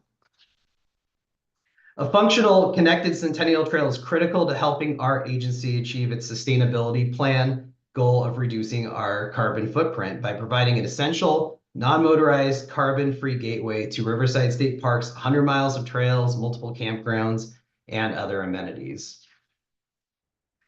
The planned pollinator refuge will be designed and managed to support monarch butterflies as well as native bee species, especially given the site is located in a high priority area for native bee conservation. And this project encourages multimodal transportation with a bus stop adjacent to the project site on one of the most frequent and connected bus routes, 2033, and encouraging multimodal and active transportation choices. As mentioned previously, there is a habitat enhancement component of this project focused on creating a 0.8-acre pollinator refuge for native pollinators and establishing a citizen science station to monitor and report native bee and monarch butterfly sightings. This project will help maintain a contiguous trail connecting the Centennial Trail to other regional trails such as the Fish Lake, Columbia Plateau, Children of the Sun, and North Idaho Centennial Trails. This project and the trail as a whole connects communities to the larger statewide trail system, including the Cross-State Palouse to Cascades Trail. At the neighborhood level, this project really is critical in maintaining bike ped connectivity between neighborhoods in West Spokane with Spokane Falls Community College. The City of Spokane's bicycle master plan calls for additional trail connections to the Centennial Trail as shown here in blue. Overall, the Centennial Trail is so critical to connecting and linking communities throughout the urban core of Spokane County that each jurisdiction the trail runs through has voluntarily entered into an interlocal agreement to maintain and manage the trail, including contributing $20,000 annually towards a joint maintenance fund. Also, nearly every jurisdiction here currently has an active project to directly improve or connect to the Centennial Trail. This project provides water access in the form of expansive views of the Spokane River Gorge, with this photo being taken on the trail, no zoom, 10 minutes walk from the trailhead. Many folks use the trail in this section to access the Big Eddy section of the river to swim and hang out next to the river. When we polled the community about this project, they rated the scenic value of this section of the Centennial Trail a 9 out of 10 as well. And it's no surprise why, with multiple expansive viewpoints from this section of the trail.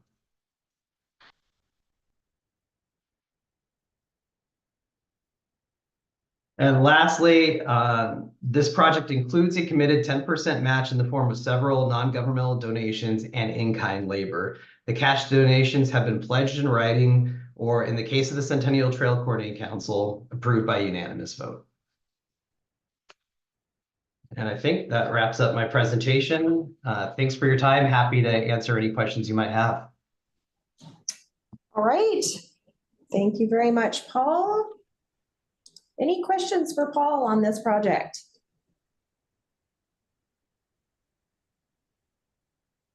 Go ahead, Betsy. Great, thank you. Thanks so much for the presentation. I have a quick question about the trail design profile in the project metrics, and you have a note that says that the cross slope is 5%. Is that accurate, or is that a typo? Because it looks like the running slope goes up to 5%. The running slope is 5%. That's a typo. 5% cross. Okay, thank you. 'Cause Yeah, I was that's a not sure typo. what that was. Absolutely. Okay, thanks for clarifying that. Yep. Good clarification. Thank you, Betsy. Go ahead, Brian. Whoops. Hi there. Yeah, great presentation. I'm going to be a broken record for those on our group here, but you haven't heard this. So if you are going back in, redesigning this trail, it shows that you're putting back bollards. I know I've talked with State Parks and RCO before, and there's some consideration of not doing that, and looking at like the AASHTO alternatives that are discussed, and WashDOT also has updated our design guidance. So if you can consider that, it would be better for ADA, better for emergency access, and so forth. Yeah, thanks, Brian, for bringing that up. Yeah, it's an active conversation at State Parks right now with these, and so I would imagine that when we actually get funded, if we get funded for this project and move ahead, that I would assume that conversation will have evolved to the point where we may not include those and may address those intersections in a different way. So, yeah. Thank you, Brian. Any additional questions for Paul for this project? Go ahead, Nick. Yeah, just got one quick one. So the pollinator habitat, which is a kind of a cool thing here, how would State Parks plan to maintain or grow in that space after the initial installation? Have you guys thought much about that yet? Yeah, so what's there right now is there are some natives that are worth keeping, and then basically we're going to plan to kind of augment that, and that's still an evolving conversation. We're looking at more of a, I guess, solidifying a partnership with kind of a combination of Spokane Falls Community College, Xerces Society, and Eastern Washington University.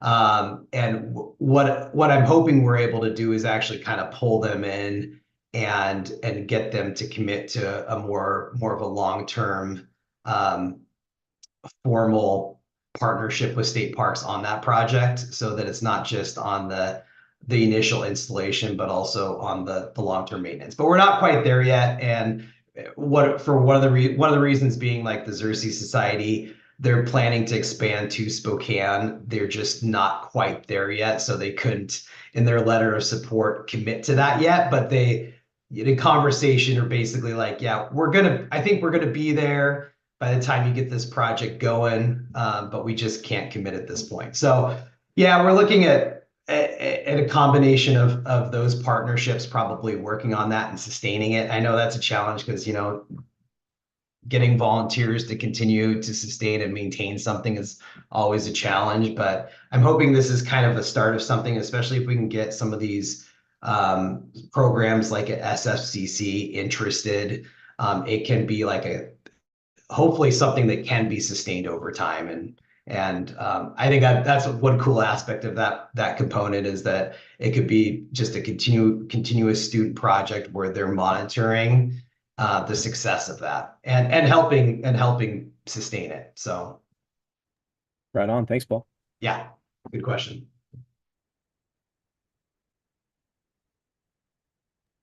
Thank you very much, Nick, and thank you for that clarification, Paul. Any additional questions for Paul on this project before we break for lunch? We're running a couple minutes early, so we have plenty of time. I see no hands. Okay, Paul. Great presentation. Thanks, everybody. Thank you so much. Yeah. Okay. All right, we are now breaking for lunch. It looks like we have about an hour and 10 minutes. Our next presentation, which is Whatcom County Parks and Recreation, their South Fork Park project is scheduled for 1:05 p.m. So we will make sure that we get started right on time, and I will be back a couple minutes before then. So have a wonderful lunch, and I will see everybody back here in a little over an hour. Thank you. Oh, hi, Heidi. Did you have a question? Yeah, I just, with all the materials, I didn't notice, is there a time that we'll be talking like as a group about these applications, or do we just kind of individually, do our own evaluation? I just wasn't sure. So the evaluation and the scoring is on your own. However, at the end of the presentations tomorrow, you'll notice that there's a bit of time that we call wrap up. And that's where we will have those discussions. Okay, great. Okay, thank you. Thank you. Okay, have a great lunch, everybody. Okay.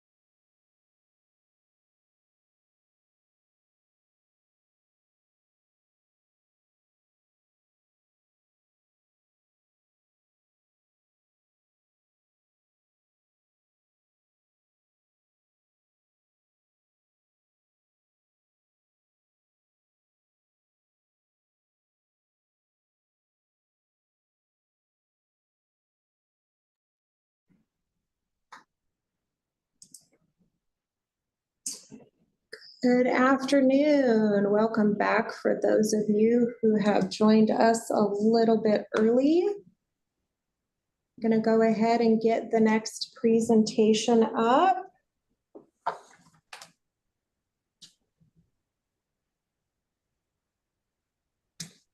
Let's see, this is going to be Whatcom County Parks and Recreation, South Fork Park.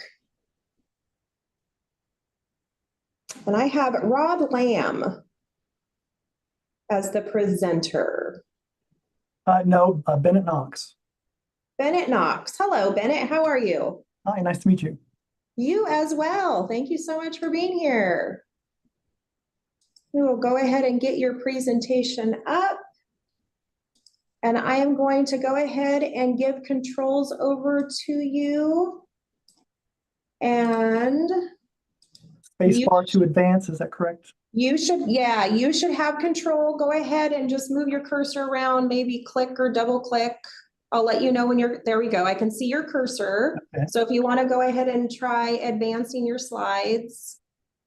And sometimes it takes just a second for it to catch up. So you might see it jump a few slides ahead.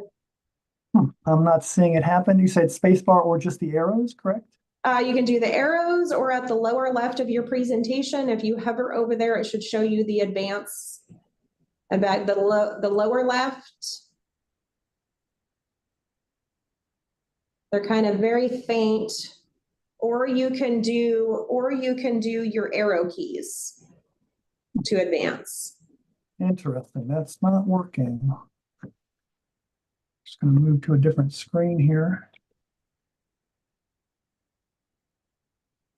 Go ahead and move your cursor around again. Can you see Okay, that? yep, I'm seeing it. So spacebar is not working. So put your cursor at the very lower left of your screen. And then there should be a little bar that shows up. That's Is your not showing. forward and back arrow? Have you tried your forward and back arrow?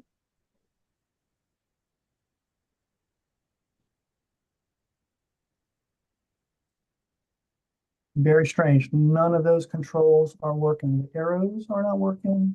All What's the right. bar that you're showing? That should be. Yeah, lower left, there's a really faint control bar that shows up. But it doesn't look like you're able to advance. So maybe what I'll do, Bennett, is we'll go ahead and get started. I will go ahead and grab controls back. And why don't you just let me know when you want me to advance your slides?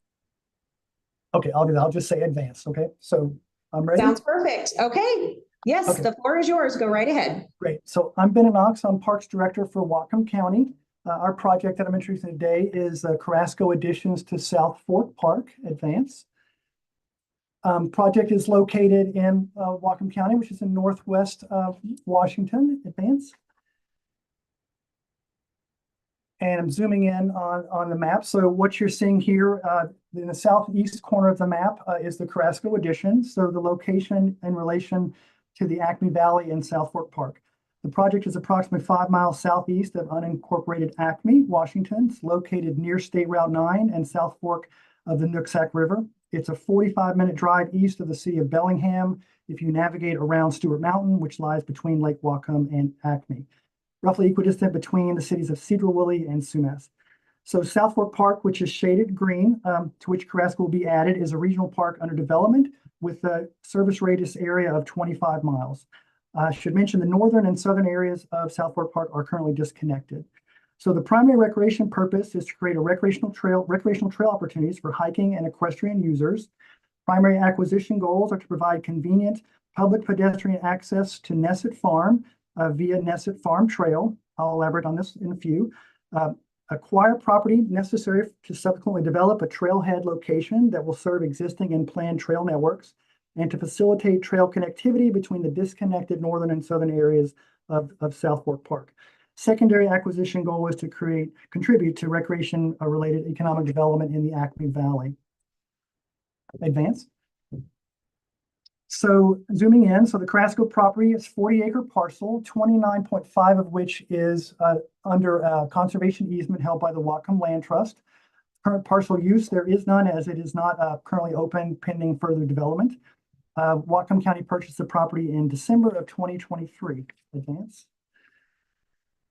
So the recreational inventory current use. South Fork Park is one of two parks in the Acme Valley. The other is a small community park to the north in the community of Van Zandt.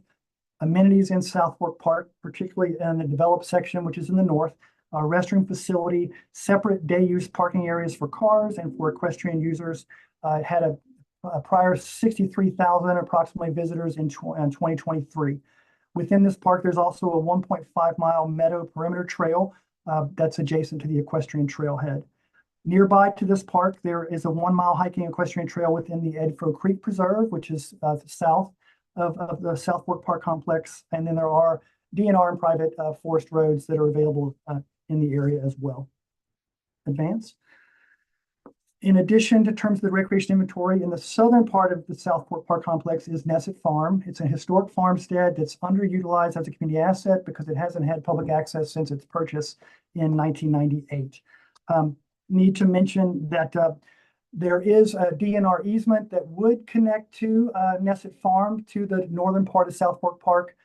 We are trying to, with the Carrasco purchase, create better opportunities that will address some tribal concerns related to that particular route. And I'll elaborate on that when we show some of the mapping. Next slide. So in terms of service gaps, I mentioned there's currently no public trail between Nesset Farm and South Fork Park. So this purchase will provide that access. There is a need for a trailhead to facilitate equestrian access to nearby properties, including Whatcom Land Trust properties at the end of Saxon Road nearby. The need to address, as I mentioned, some of the tribal concerns related to routing to connect between the two areas of South Fork Park. And then in a broader sense, the need for us to connect trails across Stewart Mountain back over to the western side, Lake Whatcom area where we have Lake Whatcom Park. And that also opens up some other opportunities of trail connectivity in the community. Finally, in the future, opportunities with this trailhead development to connect to DNR properties that would help us advance the Bellingham to Baker Trail, which is proposed to go from Bellingham ultimately to Mount Baker, a Forest Service property. Next slide, please. Finally, in terms of local priorities, this project supports our 2024 Comprehensive Parks, Rec, and Open Space Plan, which prioritizes regional park development and connectivity between regional parks. And it also supports our desire to have robust community input and engagement around development of park assets and trails for support of economic development and tourism. Priority in our plan is given to improvements associated with the development of the South Fork Park complex in the Acme Valley, and Nesset Farm and South Fork Park trail connectivity is a major part of that. Next slide.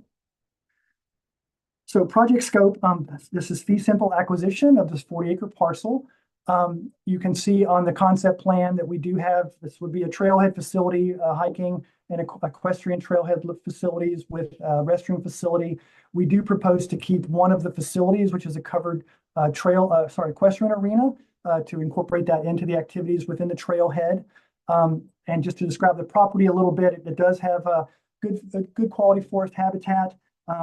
It contains a mix of Doug fir, western hemlock, red cedar, vine, and big leaf maple. Possesses a forested wetland complex that has been created by year-round springs emanating from a steep hillside, which kind of separates the upland areas on the eastern side of the property from the meadow areas you see in the diagram on the western side. It is nearby to a South Fork of the Nooksack River, which is 200 feet from the southeastern corner of the property. Next slide. So the recreational opportunities that we are proposing, pedestrian access from Carrasco to Nesset Farm would serve the interpretive value and public access component of this property, Nesset Farm's historic parcel that we really want to showcase the history of this particular location. It will provide equestrian and hiking access from Carrasco to the northern trailhead, ultimately in South Fork Park, as well as these other properties of Edfro Creek and DNR road systems to the east. In addition to that, there's another property called Schuylkill Creek owned by the Whatcom Land Trust, which is currently not developed, but does have a road system. So another potential connection just right close to Carrasco. Finally, it's a planned trail connection for hiking and trail running across Stewart Mountain to connect from Acme to the Lake Whatcom Park area. Next slide. These are the structures that will be demolished. So there is a main residence. There's also this barn shop area had 2 apartments, small apartments that will be demolished, as well as a yurt. And there's some other additional smaller fencing and storage sheds that will be demolished as well. Next slide. In terms of immediacy of threat, so the previous owners lived in the San Juans. They operated this property from afar as a vacation rental by owner. The county was given the opportunity to purchase in 2022 before the owners put it on the market, which they intended to do. They were motivated sellers. The Whatcom Land Trust and Nesset Farm Foundation were very eager to see us purchase this property for fear that we would lose the opportunity to create this easy, more convenient access to Nesset Farm. Worth mentioning that there's a Baki property next door. That's how we currently have an access easement for maintenance for park staff. They were also looking to purchase the property. So if the county had not acquired, it seems that they would have likely tried to purchase for themselves as adjacent owners. Next slide. So we have had quite a bit of engagement over the years related to, if not the specific project for Carrasco, the general development of South Fork Park and trail connectivity. This includes the acquisition phase from 89 to 98. In 2007 to 2012, we underwent a conceptual park master planning process, which involved the local community of Acme, as well as a broader community in terms of some surveys. So standard public meetings, meeting with local members of the community, about 500 members in broader Acme. More recently, since I've come on, we have worked to engage in a way to lay groundwork for future consensus around trail development. So we've had semi-annual meetings with representatives of the Lummi, the Nooksack, and the Swinomish tribes, meetings with local residents and the business community concerned about the impact of tourism from a recent tubing ban, and how can we promote recreational development around trails to help the local community. Engagement with stakeholders, Backcountry Horsemen, Nesset Farm Foundation, as well as other landowners like the Whatcom Land Trust and DNR. Worth mentioning as well, recently the Parks Department has become a key member of the core team of the Stewart Mountain Community Forest. So this is an opportunity looking at that Stewart Mountain area and how we can move trails across that in a way that promotes responsible recreation. Next slide, please. So these meetings that we've had in the community have influenced the project. Direct input from the Nesset Farm Foundation and the Whatcom Land Trust has pointed to the need for this trailhead development to connect to Nesset Farm. Tribal and DNR feedback, and this is a process for us we're working through to find alternate routing that meets tribal objectives as well as departmental objectives to create a longer equestrian trail, as well as maybe a shorter hiking trail that connects the northern and southern parts of South Fork Park. Certainly the conversations with the business community have really pointed us in the direction to take a greater lead as far as the department on recreational trail-based development to support local tourism, and then the Backcountry Horsemen and their desire to see equestrian access as a trailhead amenity to connect to other areas is certainly a key part of this project. Next slide. So this just outlines our project partnerships. Mentioned Nesset Farm, key. They are the foundation that supports the development and preservation of Nesset Farm. Mentioned the Backcountry Horsemen as well as Whatcom Land Trust. Whatcom Land Trust holds the conservation easement for Carrasco. And I've also mentioned the Stewart Mountain Community Forest Collaborative. That particular collaborative has a grant from the National Park Service right now through their Rivers, Trails, and Conservation Assistance Program. So we're excited to have that support as we look at recreation connections across Stewart Mountain. Next slide. In terms of enhancement of wildlife, so these are photos from the property, previous owner. So this is, there's an elk herd in the area. We have black bear, deer. There is a fish-bearing stream that supports coho salmon migration. It's worth mentioning that the conservation easement associated with Carrasco ensures continual perpetual protection of wildlife habitat. There are opportunities for further enhancement in areas outside of the conservation easement area that are not planned for recreation development. And then while subsequent conversations are required, it's understood that the local tribes are particularly engaged around preserving elk habitat in the South Fork Nooksack River watershed. And so there is an opportunity to explore alignment of habitat management within the Carrasco property in support of broader elk management objectives. Next slide. So in terms of linkages between trails, I've mentioned these, but let's highlight them. So the solid orange line, that is the proposed connection between Carrasco and Nesset Farm. So that is a pedestrian trail. The orange dotted line, that is the connection from Carrasco as a trailhead to connect to the areas owned by the Whatcom Land Trust. So that's Edfro Creek Preserve, which has a 1 mile trail. There is an unofficial, there's a connection to DNR property that has an additional 6.5 miles of unofficial trail for equestrian that could look at to be formalized in the future. And then there's the Skookum Creek Wildlife Corridor along the Whatcom Land Trust Preserve there that has a road system that could be accessed in addition to connecting to Carrasco property. The yellow dotted line, that's the connection between the northern and southern sections of South Fork Park. So the option for the longer 6.5 mile trail through an existing DNR easement to avoid tribal impacts, that's what you see on the eastern side. The other option would require some land acquisition and be a potential route to formally connect the South Fork park parcels together. And then finally, the blue dotted line, that's the primary route to go into Acme and then ultimately over to Lake Whatcom Park. We are actually engaging in some active land acquisition in partnership with the Whatcom Land Trust right now, which is shown by the F marker there to make this route possible. So that is an active project. Next slide, please.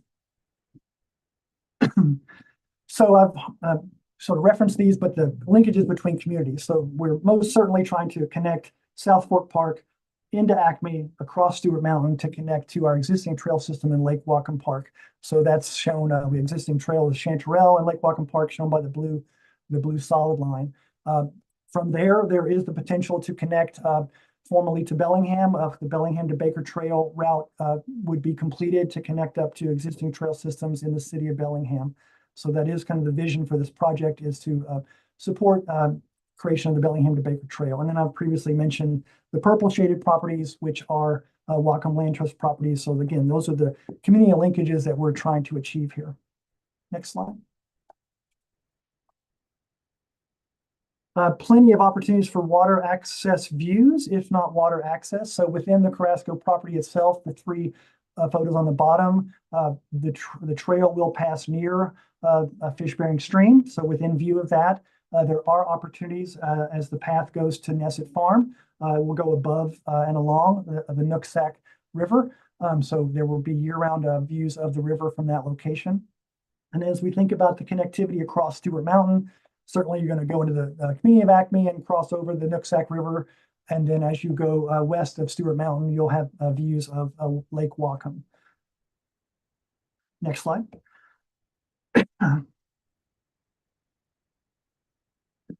Plenty of opportunities for scenic value views of historic properties, views of Acme Valley, Lake Whatcom. So these are year-round views across this trail corridor. Next slide. And finally, the cost efficiency. So with support from the Nesset Foundation, they are providing a $150,000 donation toward demolition of structures.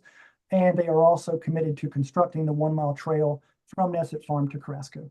So with that, I'll conclude my presentation and answer any questions that you may have. Thank you. Great. Thank you so much, Bennett. And I see a hand up already. So go with Mike. You can go to the next slide possibly, and you'll Perfect. That's a great one to have conversation around. Thank you. Okay, that's actually the perfect slide for my question. So help me out just a little bit on this. I mean, I totally understand the portion of the Bay to Baker Trail that comes from Bellingham and then it goes over Stewart Mountain to the South Fork. But, and I see, this piece that's going up to the Whatcom Land Trust area. But can you explain to me how this is then going to move towards Mount Baker and whether or not that route is actually figured out, or is that something that is, already done, but just not showing on this map? So I've purposely not shown that segment because that is more of an aspirational goal right now. What I've tried to show are the items that our department is working most closely on. So I think there are opportunities to pass through DNR property to connect to the road systems on DNR to connect up to the Forest Service property that's to the east. I haven't focused on that because that really requires, that's more aspirational at this point. The segments that I'm showing are within our ability to try to advance. So I think we have there's a phasing here of what's really appropriate for us to work on at the moment, which would be these, getting this overall system in place that connects across Stewart Mountain. And that will open up the future opportunity for those broader discussions to the east. But you would say that eventually, aspirationally speaking, that the route to Mount Baker would go through this property. It wouldn't go north of this property, like, up to Deming or anything like that. It would actually go through this property. Therefore, this is a critical link to getting the end of that Bay to Baker Trail created. Yes, that's absolute. And I think the reason we're showing it going to the south is, there are tribal concerns. There are discussions that we need to work through as far as a routing that would go to the north. So, the immediate need for us is getting trail connectivity between our parcels, getting across Stewart Mountain. And then from that point, it just opens up, more conversation to come to consensus on the final routing. Yeah. So the reason why I'm asking that is that this isn't maybe it's the end of the Bay to Baker Trail pretty much, at this particular time, but aspirationally, this would link a section of trail that would go to Mount Baker to the existing trail system. Yes, and if I just want to make sure I clarify one thing, we're talking, this is the Bellingham to Baker Trail. Bellingham to Baker Yes, Trail, Bay to excuse me. Baker Thank you. is to the north, and that's along Mount Baker Highway. Yep. So separate. My mistake. Separate system. Thank you. All right, thank you very much, Mike. Andrew. Yeah, thank you for your presentation, Bennett. I appreciate it. If I understand correctly, in order to get your aspiration to get from Carrasco to the Nesset Park, you're going to go north through a piece of DNR to make that connection. Is that correct? And I believe that's correct. Yes, that's correct. And we do have an existing easement for that pedestrian trail. Okay, that's exactly what I wanted to ask you. You do already have an existing easement through that piece of property to assure that you can make that connection? Yes, the pedestrian trail easement is in place. What we do still need to acquire is for the equestrian trail, there's probably going to need to be an additional DNR easement because the conservation easement for Carrasco is pedestrian only. So to be able to get right past that, we'll need to negotiate a little bit more with DNR, and hopefully that won't be a problem. Okay, but right now your connection's a done deal. Yes, that's correct. Okay, thank you. That was my question. Thank you, Andrew. Mike, I see your hand up. Is that a new hand or a leftover from the previous question? All right, that must have been a leftover hand. Any additional questions for Bennett on this project? Okay, I am seeing none. Bennett, thank you so much for your presentation. Well done. Thank you so much. Okay, thank you. All right, and next up we have Heather Lindsley. Hi, Heather. Welcome. Thank you. Hello. Hi, and this is going to be the Blaine Birch Bay Park and Recreation Project, their Bay to Bay Regional Trail. We'll get that presentation started, and then Heather, I am going to hand controls over to you. If you want to move your cursor around, I'll let you know when there we go. I can see your cursor. So if you want to try to go ahead and advance slides, see if that works. Oh, there we go. It looks like you're good. All right, so I'll go ahead and hand it over to you. Good luck. All right, thank you. Hello, my name is Heather Lindsay. I'm the director of the Blaine Birch Bay Park and Rec District. I am pleased to present the Bay to Bay Regional Trail. The key feature of the trailhead is the connecting trail that links Drayton Harbor to the Lincoln Road, and an interpretive trail running alongside California Creek, continuing around the California Creek Estuary Park. The connecting trail meanders for a distance of 0.73 miles through grassland, woodlands, and wetlands, while the interpretive trail covers a distance of 0.5 miles. The interpretive trail will be equipped with an educational kiosk intended for future outdoor education for youth. These trails play a vital role in connecting Blaine to Birch Bay. Location. So this trail is located in the northwest in Whatcom County. It is, the trail is positioned at the northern end of Birch Bay and runs alongside California Creek. Drayton Harbor marks the eastern boundary of the city of Blaine.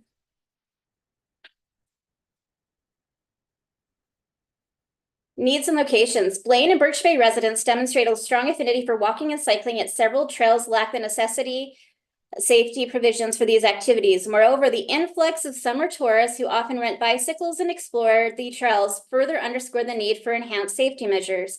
Currently, the sole means of travel is between these two towns is via the main roads, which lacks designated spaces for pedestrians and cyclists.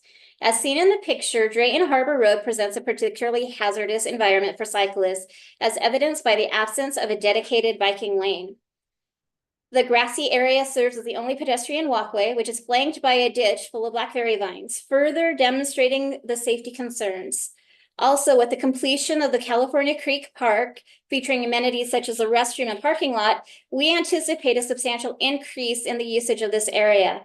Furthermore, during the winter, the trail is expected to attract bird enthusiasts from near and far who flock to the area for bird watching and photography. The project scope. This project outlines the development of the trailhead from the Bay to Bay Trail, spanning a distance of 0.73 miles and serving as a segment of the larger trail. The trail segment will be constructed on easements that have been previously acquired and property owned by the district, with the acquisition of the final property slated for this month. Additionally, the project encompasses the establishment of 0.48 mile interpretive trail constructed using impervious materials in upland areas. This trail will encircle the California Creek Park and will be complete with pull-out benches, an interpretive kiosk, informational signs, and boardwalks throughout the wetland, all designed to be compliant with ADA accessible standards. The connecting trail, covering 0.73 miles, will provide a safe environment for recreational activities while offering amenities including dog waste receptacles, bike repair stations, benches, and signage. The interpretive trail aims to cater to families and adults with young children, offering an approachable hiking experience with educational components. Both trails are designed for non-motorized use. 4, project design fit. The development of the Bay to Bay Trail Initiative has been underway for more than a decade. In 2022, we engaged the service of Fair and Peers to undertake a comprehensive multi-module survey aimed at identifying safe routes for both bicyclists and pedestrians.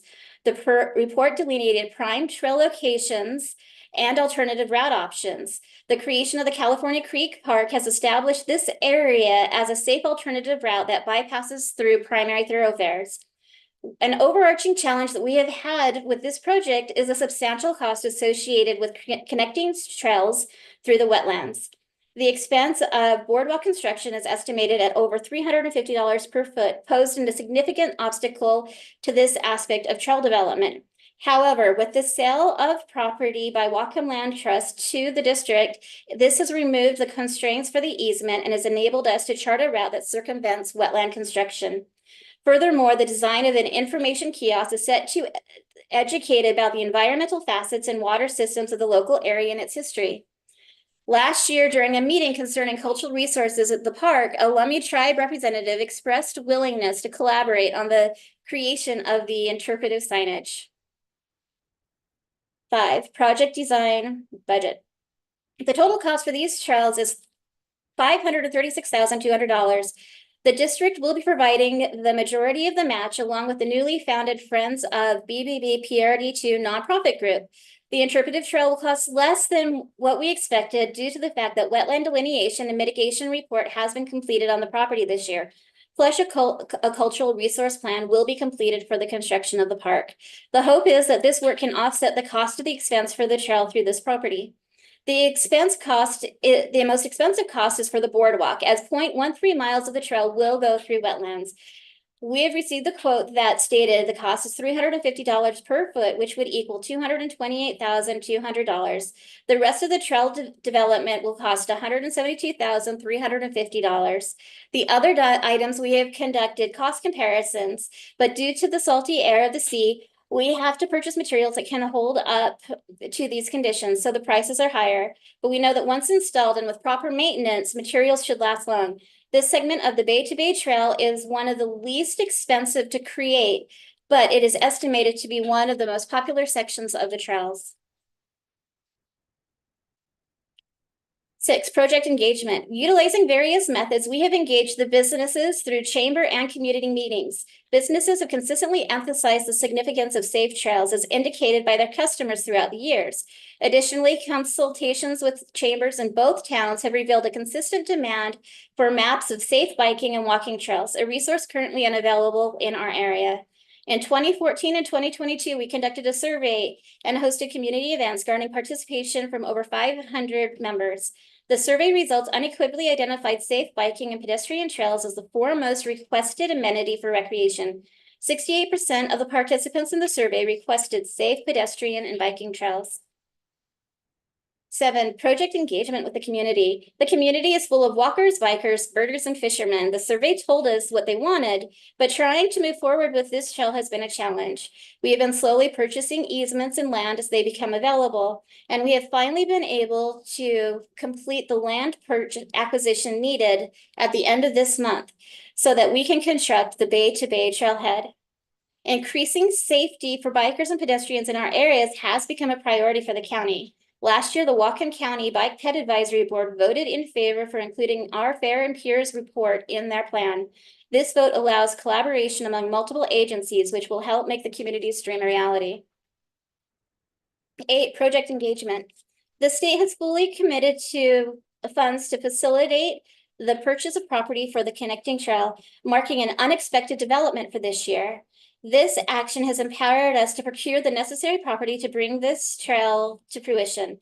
The Whatcom Lands Trust's remarkable contribution of in-kind donation is a strong testament of unwavering support for this vital project, recognizing the importance of secure trails for cyclists, pedestrians, and the trust also anticipates the educational opportunities offered by the future of the interpretive trail. Additionally, the newly established nonprofit organizations, Friends of BBBPRD2, has committed to the responsibility of successfully fundraising for the completion of this project. It has made 2025 the year that they will focus on the Bay to Bay Trail and surrounding amenities. The community and organizations such as NISA has had work parties to help planting and removal of invasive plants. These partnerships is what makes this project possible. 9, sustainability.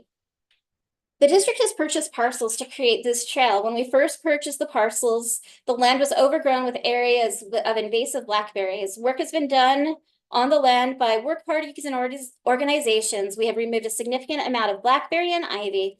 We are currently purchasing another 30 acres of land that will be managed to keep invasive plant life out and will be maintained for wildlife. Over 40 acres have been purchased to allow this trail to exist, and because of this, ecological standards in the area have been raised. This design will be created to keep minimum impact on any wetland areas or buffers. Only native plants will be planted for mitigation if needed, and all boardwalks will be created to match the minimum impact standards for trails. By providing an interpretive trail around the park, we are creating an all-inclusive area for families with strollers and all ages. We are also hoping to increase programs utilizing the interpretive trail in our outdoor education. 10, enhancement of wildlife and habitat. Currently, there are deer, rabbits, and occasional bear that roam this property. The property runs next to California Creek, which directly feeds into the bay and is used by salmon. Efforts have been made to support the salmon population in this area. The property that is being purchased at the end of this month is either being used as a dumping ground or it is a place where garbage floats ashore. At the moment, we have not been able to determine which is the case, but we are in the process of setting up a schedule to check the area regularly to keep it free of debris. Additionally, we are closing off all access to the area until the park is created and we have a staff person on site. Without these trails, we would not have discovered this problem, and this area would continue to negatively impact the shoreline animals and the salmon. With the trails, we will be able to reduce the negative impact of humans that have on this area. Linkage between trails. On the left here, you will see our multi-module suggested route map. This map was created by Farrer and Piers. All the different colors actually represent a different segment or option that we can choose to create safe bicycle and ped trails in our area. The yellow line represents our connective trail that we are talking about today. This trail, as you can see, connects from Drayton Harbor all the way down to Lincoln Road. The red line on the right on the existing bike trails shows how this trail segment that we are looking at doing will connect to already existing trails. This is trails that have been marked as existing. The red is bike trails and the blue are roads that they say have minimum traffic, even though they might not have the safety standards that is needed for bikes. As you can see, the red line coming from Semiahmoo leads directly to access our trail on Lakehead Road. This will give people who are riding the ferry access to Drayton Harbor without having to actually go onto Drayton Harbor Road, and it will give them a safe route. Linkages between community. The trailhead starts at the planned California Creek Estuary Park, which will feature multiple amenities. The proposed connecting trail segment will connect neighborhoods to this park, fishing and crabbing areas in California Creek. Furthermore, the trail helps provide access to the Birch Bay Activity Center, where various programs are available throughout the day. This trailhead marks the start of numerous adventures, scenic views, and activities in the Birch Bay Blaine area. Water access or views. This project is perfectly situated, surrounded by water. California Creek is positioned to the east of the property, gracefully following one of the interpretive trails. The connecting trail leads to the Lincoln Road and trailhead. Where you look north, the majestic view of Drayton Harbor and White Rock, Canada unfolds. Turning to the left presents the stunning panoramic view of the length of the Drayton Harbor. Upon the park's completion, the kayak will be available for the community. A kayak launch will be available for the community, providing easy access to the California Creek and the adjoining bay. Scenic values. The trailhead starts at a scenic view. The trail itself goes through flat, beautiful fields and then through green wooded area. The interpretive trail takes you on a visual journey of how nature has evolved and how animals and plants affect our area. Every visitor will have a chance to see something new and beautiful. If they are lucky, they will see the deer grazing in the field or a woodpecker in one of our trees. During the winter, eagles fly over the area. For those who love to view the bays, the trailhead is located across from Drayton Harbor, where you can see the town of White Rock. During the summer, you can almost cross the bay to Canada on foot when the tide is out. It is amazing to see all this critters in the tide pools. This is one trail that offers a diverse land experience from shoreline, open fields to lush wooded areas for a person to explore. You can see crabs, deer, rabbits, and of course, multiple birds. Cost efficiency. Walk and Land Trust has generously donated over $200,000 of in-kind donations to make this trail possible. They recognize the importance of having this safe trail, and they are enthusiastic about the educational opportunities. Friends of BBB PRD2 recently established a group and will contribute funds towards the project. Although they are in the process of forming their board, creating the trails will be their first project. In addition to donations to offset the trail costs, we have formed partnerships that will help minimize operational expenses. Community work parties have assisted in removing noxious weeds and will continue to volunteer their time. The Nooksack Salmon and Hassman Association assists in maintaining plants and provides reports on completing mitigation efforts. They are always willing to offer their support whenever possible. I thank you for your time. Do you guys have any questions? Great, thank you very much, Heather. Nice presentation. I'm gonna go ahead and grab controls back and we will start with Brian, has a question. Go ahead, Brian. Hi there. Yeah, really good presentation. I've definitely ridden my bike out in this area. remember going all the way around the headland to get onto that Drayton Harbor Road. So one of the last slides you showed, the overall map did not seem to connect it to Drayton, but you had a trailhead that would allow you to get all the way to the Drayton Road. Is that correct? Yes, it's going to connect, our trail will connect to Drayton Road. Okay, So it's from perfect. Lincoln Harbor Road all the way up to Drayton. Excellent. And so that's one question. And then the other related is, I see all the future plans for the biking along there, but I don't see a plan to deal with crossing the bridge on Drayton. Is there any discussion of that? Yes, we are actually currently working with WSDOT. They have looked over our fares and piers, and they've done their research, and they just talked to us last week that they agree that signage and that needs to go up. And so now what we're working on is who's funding it. So we are really getting close to solving that issue.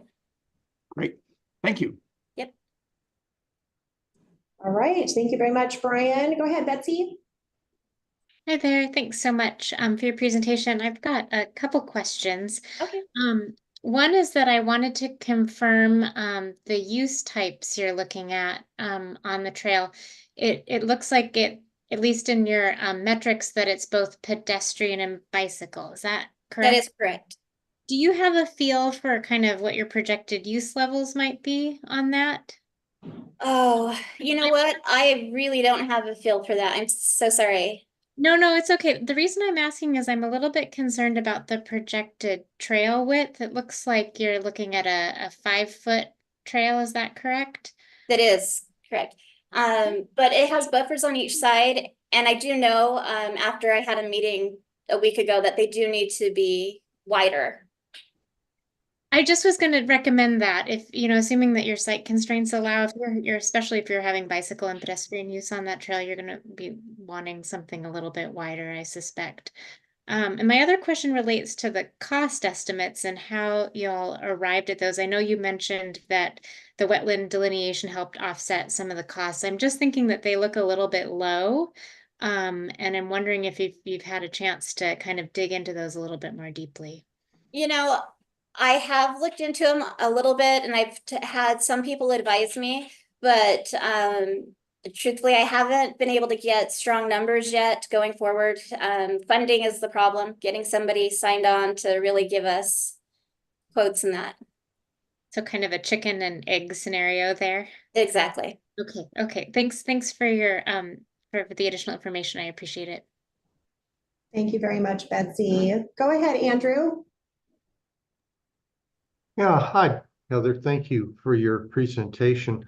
Given that I very much appreciate your last comment in response to Betsy, that you've recognized that your trail width is not adequate for the mix of use that you have on it. I'm wondering how much flexibility does your budget and does your property access give you to deal with that problem? And given that perhaps those two are short, how do you anticipate addressing that issue? Perfect. So when it comes to the flexibility of the trails, the nice thing is that we are now purchasing the property. Originally, when I put together this application, we were confined by easements. But since then, since we purchased the property, we are able to navigate around really expensive wetlands. And even the 0.3 that I stated there is hope to even mitigate around that. So that will cost even less. So really, it's wide open for us to change that about. And for the cost, if we are short, we have those partners, like I said, for our friends, other people who believe in this. We have to make it a possibility, and we'll figure out a way to do it. All right, thank you very much. Great, thank you so much, Andrew. Any additional questions for Heather before we take our afternoon break?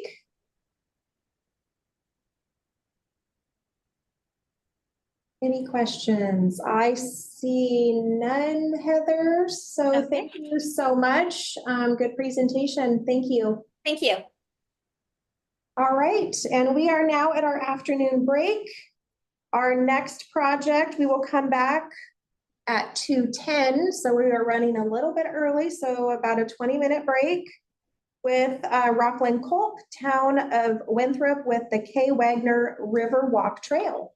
So I will see everyone back here at 2:10. Thank you.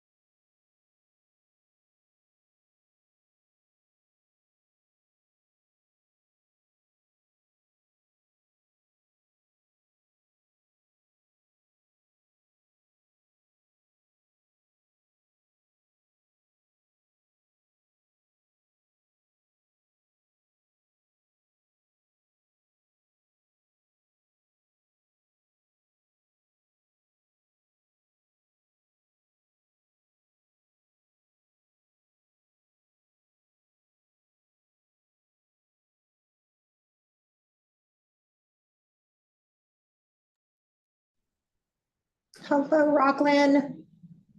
Hello. Hi. There's two of us here. There's Brooke also. Hi. Hello. Hi. Welcome. Brooke's gonna do the slide advancing and I'm gonna do the script. Okay, that sounds And great. we can use can we use a pointer? Yes, and I can show you once I start your presentation, I can Okay. go ahead and show you where those are located. You bet. Okay, great. So we'll go ahead and get that open. If you come down here, this is where you can advance your slides here. There's this, it's kind of hard to see, but if you click on that, there's a highlighter, a laser pointer, however you wish to do that. So Okay. once I hand controls over, just hit this little button here and that will bring up. Oh, that- it's tiny. Okay. It's tiny and it kind of blends in. So. Okay. Okay, so we are back with our final two trails category and WWRP evaluations, our two final for today. And we have Rockland Kolb, and I apologize, who's Brooke Bourne. Brooke Bourne. Hello, Brooke, with us. And they are from the town of Winthrop and will be presenting the K. Wagner Riverwalk Trail. So I will go ahead and give remote control over to you, Rockland. You should have it now. Okay, can we test, before we start, can we test, because we can't really see the. Yeah, so move your cursor around and I'll let you know when it shows up on my end. Okay. Okay, so I can see it. So go down to the lower left. You can also, so there's your advance forward and back, but you can also use your arrow forward and back keys to advance as well. Oh, okay, we can do. Yep, so give that a try. And sometimes it takes a second to catch up to you. Okay. And then, so if you want your laser pointer, go ahead and arrow over to that, Okay. Okay, so the up down works. Now we'll see if we can find that. Yeah, over, it's the third, so over one more. So over to your right. Oh, to our right. Over to your right, one more. Right. Oh, there it is. And you can grab your laser pointer. Okay. And we are, I'll go ahead and hand it over to you and good luck. Okay. Okay, great. We're ready. Okay. We're here today presenting the K. Wagner Riverwalk, a combined project to acquire easements and develop trail along the Chewak and Methow rivers in downtown Winthrop to frame this incredible view. Winthrop and this project are on the homeland of the Methow people. Introduction. Winthrop is located in the Methow Valley of north central Washington. We're 40 miles from Omak, the population center of Okanogan County. We are 100 miles from Wenatchee and 240 miles from Seattle via Snoqualmie Pass. This time of year, visitors can reach Winthrop over the North Cascades Scenic Highway. Our town is a lively tourist destination that serves as a gateway to recreation throughout the Methow Valley. The K. Wagner Riverwalk is a planned trail through our downtown core, shown here as a green line. This application is for a segment of trail shown as the dashed red line. The project is located centrally in downtown Winthrop, where it will fill a dangerous gap in pedestrian circulation by connecting the Susie Stevens Trail to downtown boardwalks. The trail corridor is routed across public and private properties and will feature entrance points at Confluence Park and the Susie Stevens Trail. The trail is named for K. Wagner, whose vision and financial contribution led to Winthrop's Western themes. Oh, it's there. Okay. 1, need and local priority. The picture on the lower left gives you a view of the vast swath of public lands that form the Methow Valley. Thousands of visitors come to Winthrop for trail recreation every year. Most trail access requires driving to remote trailheads. We aim to create a trail system in town that is accessible without driving and that offers connections to the larger landscape around us. This inventory shows the Satikwa Trail in purple, the Susie Stevens Trail in blue, the Meadowlark Natural Area, and summer and winter trails maintained by the Methow Trails organization. Despite what we've achieved, our system is fragmented. Riverwalk would close the most critical gap connecting two existing trails, resulting in 2 continuous miles of trail through the heart of town. Our downtown is bisected by State Route 20, which acts as our main street. It is the busiest part of town with an endless stream of cars on summer weekends. Between the Satiqua Trail to the north and the Suzie Stevens Trail, we have pedestrian boardwalks, illustrated on the map here as yellow lines. People walking along the boardwalk come to an abrupt edge where they are forced to walk right next to the travel lanes of the state highway. There is a 700-foot gap shown in purple where there is no safe place to walk. These 2 pictures give you a feel of what it's like to walk from the end of the boardwalk to the trail entrance. Imagine pushing a stroller or walking with children along the white fog line. For more than 30 years, our community has held the vision of a river walk through downtown that would meld recreation, economic vitality, and pedestrian circulation. Our 2018 Winthrop in Motion plan looked closely at the downtown streetscapes and focused on the problem of poor pedestrian circulation. A walking audit workshop involved local participants in thinking about solutions. Due to a lack of right-of-way for the state highway, Riverwalk is the most effective near-term solution for pedestrian safety. Riverwalk is identified throughout our comprehensive plan as an action priority. The project has been vetted in recreation surveys over the past 20 years and has consistently ranked number 1. In this year's survey, 97% of respondents supported the project, making it the top action priority in our 2024 park plan. The Chewak and Methow rivers meet right in downtown, yet remain hidden by buildings. This project brings the rivers into focus as part of a vibrant downtown experience. Riverwalk melds our local priorities with key priorities in the state recreation plan. Riverwalk will offer barrier-free recreation for all ages and abilities, and will serve a local population with a median income that is 2/3 that of the Washington average.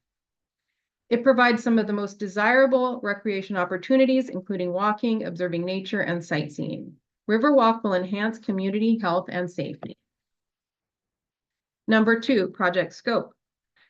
The banks of the rivers through downtown have been heavily disturbed over the past 100 years. Uses are restricted to private access, including parking, some dilapidated structures, and private decks. The first critical segment of the Riverwalk connects the Suzie Stevens Trail to the downtown boardwalks through Confluence Park. It eliminates the hazardous gap where pedestrians walk in the highway. We will acquire easements from 6 landowners and utilize 2 town properties. The elements of the project consist of removing a failing bank protection structure, construction of a 6-foot wide hard surfaced ADA accessible trail, new bank stabilization, and restoration of riparian habitat along the trail corridor. The Riverwalk will be a pedestrian-only path due to the constraints of the narrow corridor and the need to restore shoreline values. People will be able to walk their bikes along the trail until they get to a connecting trail or street. 3, immediacy of threat. We need to move now to build this segment of Riverwalk or stand to lose the opportunity for the foreseeable future. 5 of the 6 easements have been recorded with a provision that they will transfer to the town when the project is funded. The 6th easement is expected to be signed this year. The easements have a clause that they can be terminated if the trail does not move forward. One of the landowners has begun a major redevelopment of his property, and another landowner has plans to redevelop in the next couple of years. Once they redevelop, it will become nearly impossible to construct the Riverwalk due to lack of access to the river corridor. Our community is demanding progress on the project. If we do not get funded in this cycle, we stand to lose easements and hard-earned public trust. 4, project design fit. The orange line shows how this segment of Riverwalk will fit into the riverbank above ordinary high water mark and flood elevation with a buffer for riparian restoration. Final design depends on identifying the exact location across each property.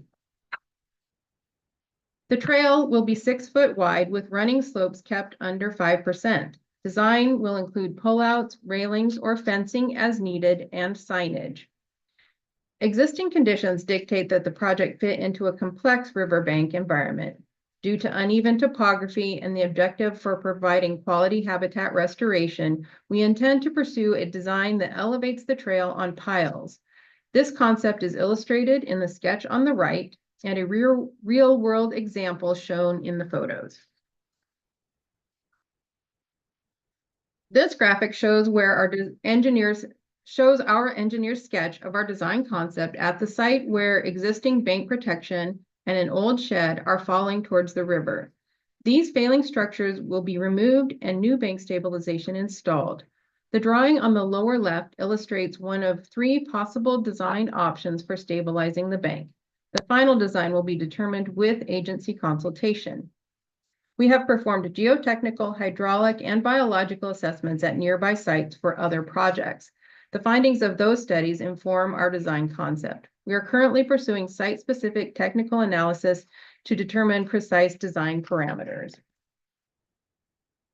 5, project design budget. We have developed the budget through several years of work to understand the needed scope and design parameters. Varela Engineering created an estimate with us based on research into methods and materials coupled with costs from several current local projects. We have accounted for significant costs associated with permitting that include all the necessary technical assessments, agency consultation, and mitigation planning. We have included inflation and contingency across each of the project elements based on the planned timings. 6, project engagement methods. We have surveyed our community every 6 years to update our parks and recreation plan. Over time, our response rate has grown with a high rate of local participation. This year, a quarter of Winthrop residents responded. As with all of our previous surveys, Riverwalk had the most support and ranked as the #1 project. In addition to the surveys, we've held public meetings, walks, and planning forums. We have routinely asked our citizens what they think and have heard consistently that this project should be our top recreation priority. 7, project engagement community. Our community has been engaging around this project for 30 years. It has a robust history of stakeholders and volunteers working together. Over the past 2 years, committed volunteers have sent out regular project updates and worked with landowners to secure easements. In 2016, Jim and Gabe Piggott gifted Confluence Park to Winthrop, ensuring that the necessary link from Riverwalk to downtown boardwalks would happen. In a letter of support, our Chamber of Commerce director wrote, "There is nothing that will be more impactful for the culture and economy of Winthrop." 8, this slide's mislabeled. It's actually slide 8 or number 8, project engagement partnerships. In 2022, we entered a partnership agreement with Met How Trails, a local nonprofit dedicated to maintaining extensive year-round trails. Our agreement enabled landowners to donate easements to Met How Trails so that they can be transferred to the town as Riverwalk segments are funded. This partnership helped build community trust in the project.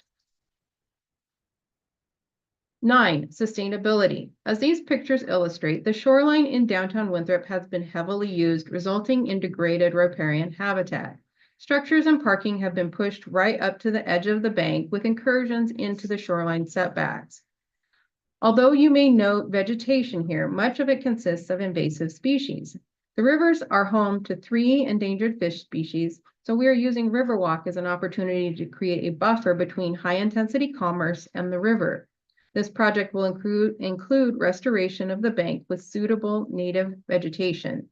Elevating the trail on piles will expand the area where vegetation can grow. We've consulted with ecology and fish and wildlife to help us craft a project that balances public access with restoration. In this mock-up, you can get an idea of how Riverwalk can fit in along the top of the bank. Our Shoreline Master Program encourages public access in balance with protection of riparian resources. This segment of trail is entirely above ordinary high water mark and does not impact any wetlands.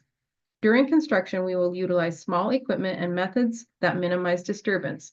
To the extent feasible, we will source local materials to minimize transport costs. As the impacts of climate change mount, Riverwalk will help us to be more sustainable by providing accessible recreation that does not require driving.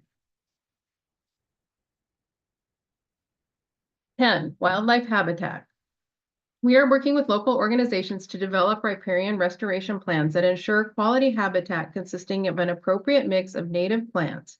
We hope this project will demonstrate the value of carefully placed access that allows the public to see examples of healthy shoreline habitat that can benefit endangered fisheries.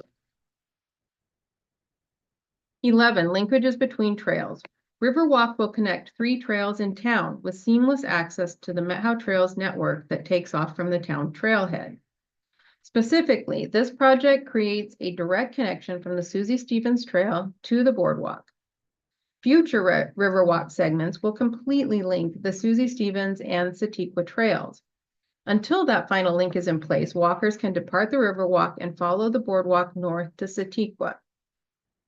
There are links from the Susie Stevens Trail to the Nordic System and a trail that winds through the Met How Trails campus. 12, linkages between communities. Riverwalk will link Winthrop up from north to south and offers possibilities for future connections. Locals can get on the trail and walk to the grocery store. Visitors can leave their car at hotels and take the Susie Stevens Trail to Riverwalk right to the heart of downtown. In addition, the trails provide access to low-income housing, adult family homes, and a school. We will continue working with partner organizations to further trails from Winthrop to key destinations outside of town, such as the Met How Valley Schools, the town of Twisp, and Perigin Lake State Park. 13, water views. This project is all about promoting views of our beautiful rivers. Without Riverwalk, these views are largely hidden from the downtown corridor. This is a view of the rivers from where Riverwalk will pass through the Confluence Park. 14, scenic values. Many of the town's most scenic views are from the river corridor. Riverwalk ensures this view becomes more central to the experience of being in downtown Winthrop. From the park and trail, you will be able to watch ducks in the river or deer meandering the opposite shore. In fall, you may even see salmon spawning and eagles watching for a meal. You will be able to look up and take in the beauty of the North Cascades to the west. 15, cost efficiency. This project gains cost efficiency from the donation of easements. In addition, the prior donation of the Confluence Park provides the gateway necessary for access to this segment of Riverwalk, decreasing the cost and scope of this project. Over the past 10 years, the town has incrementally invested local funds for conceptual planning and analysis. A handful of dedicated volunteers have contributed countless hours working with stakeholders to secure easements and educate the public about the project. This year, we received a $100,000 grant to pursue more preliminary design analysis. The timing of this project with redevelopment of private properties will make construction much more efficient. And that is all we have. Thank you. Thank you. All right, thank you so much for that presentation. I'm going to go ahead and grab controls back. If anyone needs me to jump to a slide, please let me know. And we'll go ahead and start off with Andrew. Go ahead, Andrew. Hi, guys. Thanks for a very nice presentation and a wonderful job. The 6th easement, you have an agreement. It's just not been executed yet, but you do have an agreement on that. Is that correct? We've been working with the landowner. They're very motivated to sign an easement, but they're one of the 2 parties that is involved in redevelopment activities, and so they're factoring in a whole lot of different things. So they haven't signed an easement over to Met How Trails yet, but we believe it's very imminent. Okay, thank you. That's all. Thanks. Thank you, Andrew. Go ahead, Betsy, and then Brian. Great. Thank you so much for your presentation and all the detail included. I had a question about what exactly is happening with the connection to the east to the Susie Stevens Trail. On a number of the drawings, it's a little bit hard for me to tell how those are planning to connect to each other and, you know, what the separation from the highway might be like. And I hoped you might be able to explain that a little bit. That's a great question. I realize that some of the text in some of the pictures kind of covers over where that link will happen. But the Riverwalk and the Susie Stevens Trail will directly connect at a location that's a little bit riverward from like towards the river from the highway. So it won't be adjacent to where it won't come out to where the highway is. It'll be it'll to achieve ADA grade, it'll kind of have to come in and it'll be right next to where the Spring Creek Bridge is at the entrance to the Susie Stevens Trail. So it'll be pretty seamless there. And then on the north end, it'll go out through the Confluence Park, and that'll also be pretty seamless. So the entire trail route is actually off the highway. There's nothing about it that is actually, it'll be a separate, completely separated from the highway. Yeah, it'll be, I mean, it's great to have that separation, and I figured that you're all paying attention to the required distances from the roadway. Stuff like that was what I was feeling into a little bit. So thank you. Great, thank you, Betsy. Go ahead, Brian. Hi, yeah, great presentation, thank you. And I'm just curious if you have been engaging with WashDOT and talking about how this aligns with future complete streets. If they have to, you know, if they have to maintain the highway, then there will be this complete streets obligation through there. How have they looked at this project? Well, that's a great question, Brian, and we are very, very interested in engaging with DOT on that. We deliberately included DOT when we did the Winthrop in Motion plan in 2017 and 2018. That was actually funded with the TIB Complete Streets program.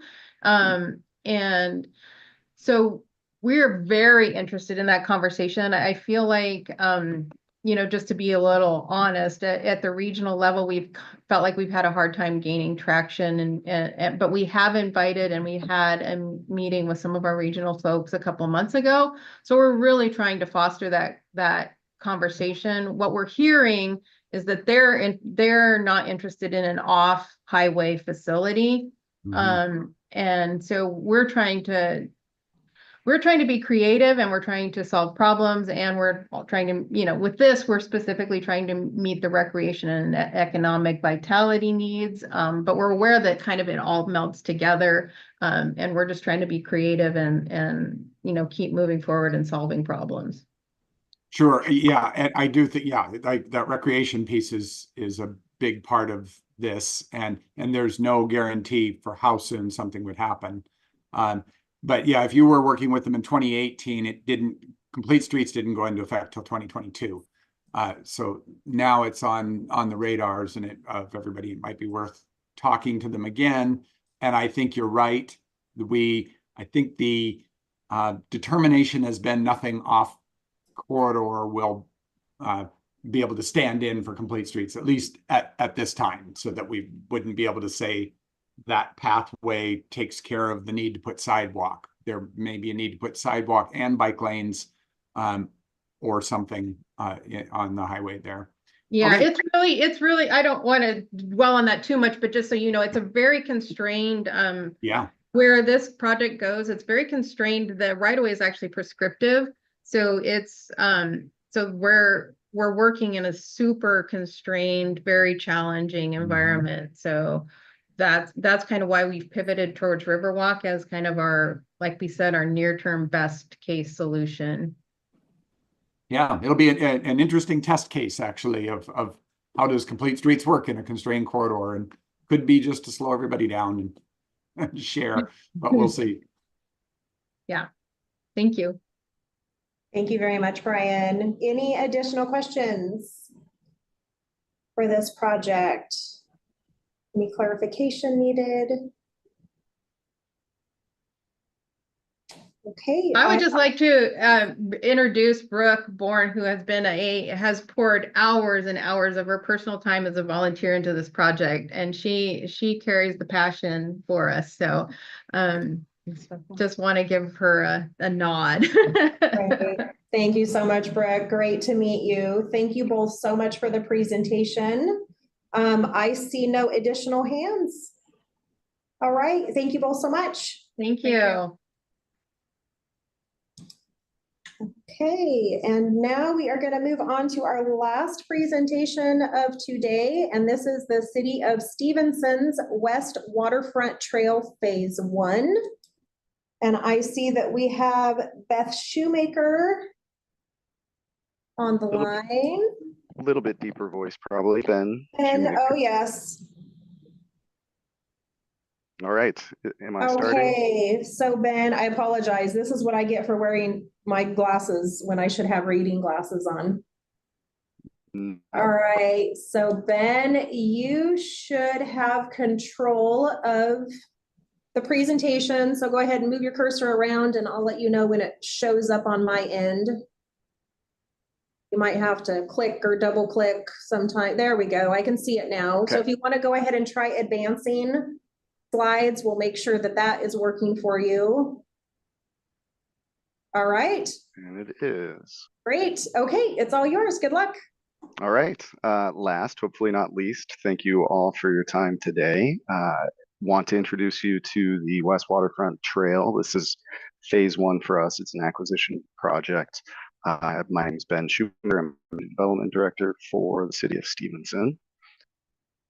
As we move through and introduce this project and what we're asking for, I feel like I'm going to make a very strong case in a very strong way for our local need and priority, the scope of the project, the engagement efforts that we've gone through for this, the linkages this offers to other trail systems and communities, and the water access that's part of this. I also feel like we're going to make a really strong case. I worry that it's going to be in a weak way for the partnerships that we've developed in the project engagement, the immediacy of the threat, and the wildlife enhancement. But I'll get to those and explain more about that later on. For now, introduce Stevenson, where it's at. We're in the Columbia River Gorge. Often when we talk to colleagues around the state, we say that we're from the gorge and they get a faraway look in their eye and remember some hazy memory that they might have of a Dave Matthews concert. That's a wonderful gorge and beautiful too, but that's not our gorge. Ours is Multnomah Falls. Ours is windsurfing and kiteboarding on the Columbia River. It's the border between Washington and Oregon. Stevenson is close-ish to the Portland, Vancouver metro area. We're the first bridge crossing the Columbia River east of the metro area. That bridge is also carries the Pacific Crest Trail. And so for those thru hikers, when they step across that bridge, those are the first steps that they're taking into the state of Washington. With this project, it is a phase 1, and it's a main connection, a main link between other trail systems here. So as with anything, journey of 1,000 miles begins with a single step, and we're hoping that you'll come along with us on that trip. The trip for us starts in our past. The need for better connections between our downtown area here and the county fairgrounds was identified at least in 1977 with this downtown redevelopment plan. Not a lot happened on the heels of that plan, but a lot did happen on the heels of a 1991 assessment and plan that was done to provide the connections between our downtown area, the Skamania County Fairgrounds, and the Skamania Lodge, which is a resort and conference center that is really the hub of tourism for us and our economic engine here. Moving forward then from our past into what we have currently. In 2023, we conducted a planning effort for shoreline access, integrated shoreline public access and trails plan. We moved straight from that into our Parks, Recreation, and Open Space plan. And as both of those, we did the existing assessments, inventories of our pathway systems, our sidewalk systems. Here is downtown. Purple includes our sidewalk network or lack of network. And these orange areas are the trail network, or again, lack of network. This project is going to help us address those issues. It is here between the BNSF rail line and the SR14, the state highway, and provides connections to the port waterfront, which I'll talk about later. The gap that this will fill is approximately 1,000 feet. That would be about a 15-foot easement is what we've developed our estimates based on. Half an acre total acquisition across the site. We, of course, as part of the prerequisites for the grant, we have the landowner consent to pursue this. In our public access and trails plan, we also obtained appraisals for certain properties to really allow our city council to start budgeting for acquisition development of trails. So this is first project on the heels of that. The site itself is, you can start to see on here, it's downtown, it's a redevelopment site. It is currently developed with multifamily dwellings. Most of those are single wide trailers, double wide manufactured homes, some RVs are even in there, and stick-built homes. It's not the best view when coming into town, but it has been recently acquired, and landowner is hoping to do the redevelopment on that site. The scope of the project is better identified here. This is an excerpt from our Parks, Recreation, and Open Space plan, our PROS plan, identifying what we hope to do. So again, this first phase is the land acquisition. The next phase will be design as we work out how we might provide a better connection across SR14 once you come through this site or along SR14. That design phase, the construction phase, will happen soon after this. The immediacy of the threat is the one where I was saying that it might make this case weakly, but I'm going to use a very strong metaphor to try to get this done. So in many areas of the state, when land use planners are dealing with development and applications, they are they're using karate. So they're meeting force with force. Regulation comes in, and projects need to comply with that. Here, where we don't have a lot of growth pressure, we have to have a different approach. So out here, it's more of a judo. So we're creating momentum and wrangling projects in a way that's different than is necessary in other areas. So this site, like I said, recently acquired by a new developer. They've started their development plans for this that doesn't have the public access trail in it. They do have some funding constraints related to that. And so this project comes in as a way to catalyze the development there. So bring it in, create the momentum, but also to preserve that even the ability of the public to enjoy this segment and create the link between our trails. So I'll return to that metaphor a little later on too. Like I said, I hope that it will come through. I'm proud to present this project for you because of how much it reflects our citizens' needs. So we're moving forward with what they've told us they want, both implicitly and explicitly.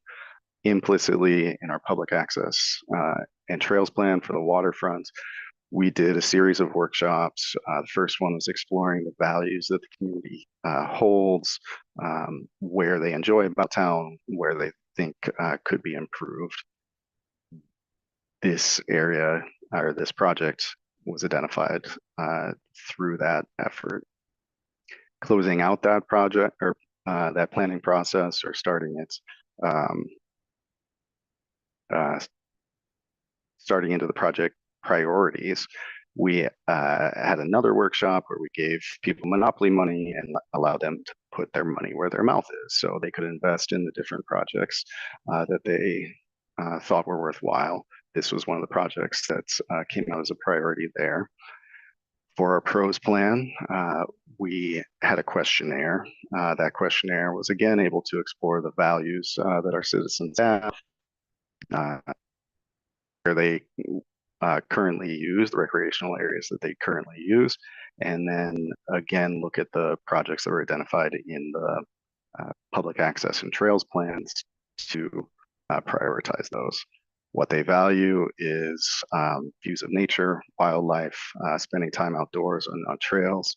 The places that they currently visit are the places that have those: the Port Waterfront, the county fairgrounds, Rock Creek, and the #1 project that they saw was this connection that we're asking for your support in right now. So it is one that I'm proud of. It really reflects a good planning process and engagement with the community.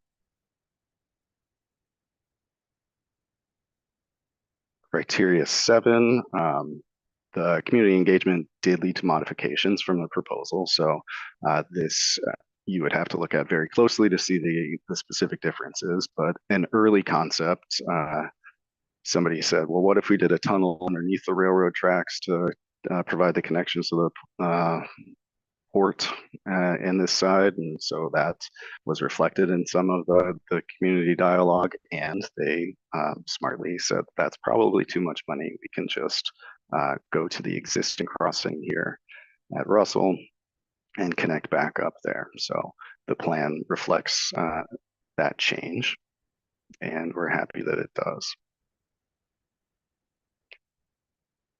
In finding support for this, we are working closely with our downtown association, that's Main Street organization, where they're promoting downtown developments and have been a key partner in developing our pros plan, and working with the property owner here to see this project move forward, and with city to make sure that it's moving forward, that aligns with their goals and the city's goals.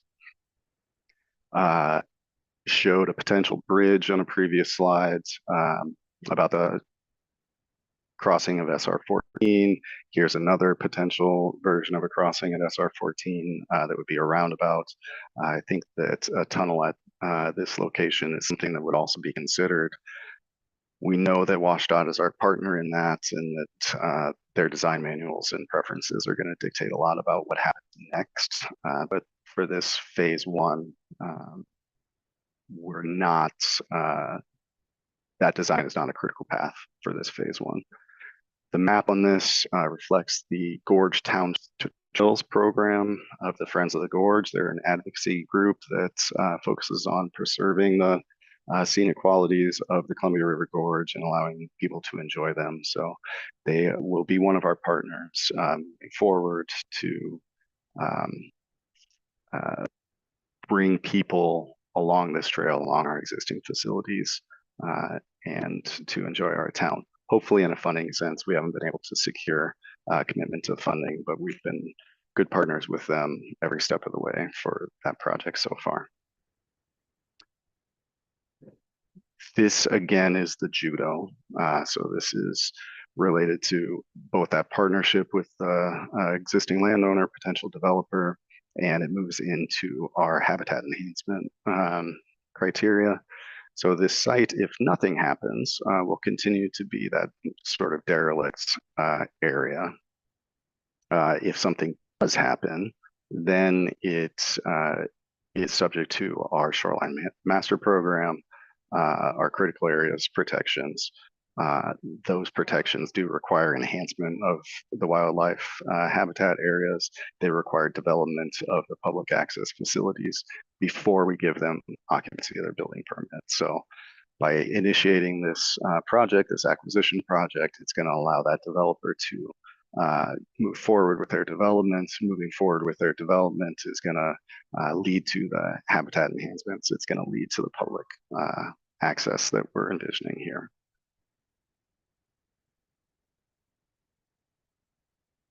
The site's location is the gap that's been identified for a long time. The port waterfront here along the Columbia River is a fantastic facility that the RCO invested in just a couple years ago. We're very happy for that investment, and the port really showed a commitment to quality in the design and implementation of what they did down there. So very nice public benches, overlook areas, pedestrian lighting included there. Those will all be the sorts of things that we consider when development of this trail happens in the design phase. I don't have a visual here for the connections that are largely in place across the fair.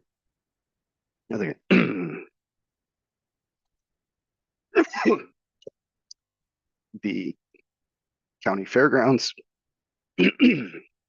that's on page 9, but the pathway system does lead out to city limits on our west side towards the Bridge of the Gods,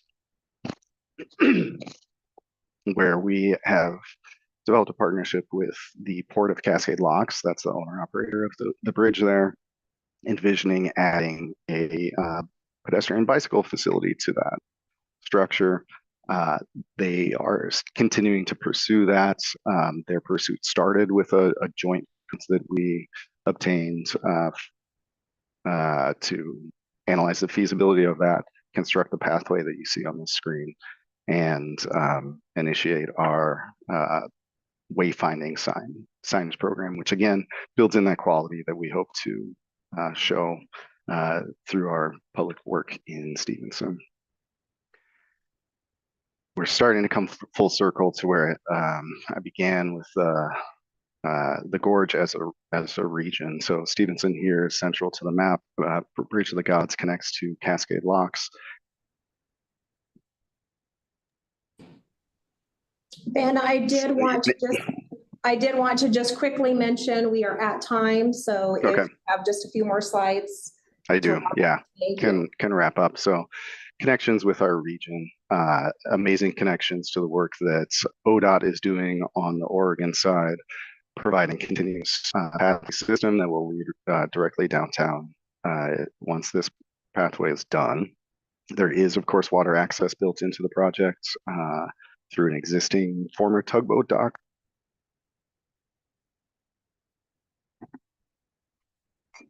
It will enhance the views that currently are lacking. And what is probably our weakest bullet point here is enabling efficiencies. So we are seeing this as city committing funds, investing in our future to increase our tax base, much in the same way that the city of Portland did when they constructed Multnomah Falls Lodge 100 years ago. We are hoping that the RCO and the Trails Fund will help us start along on our journey to that, so that we can all understand that this gorge is also Washington's gorge. All right, thank you very much, Ben. Any questions for Ben on this project?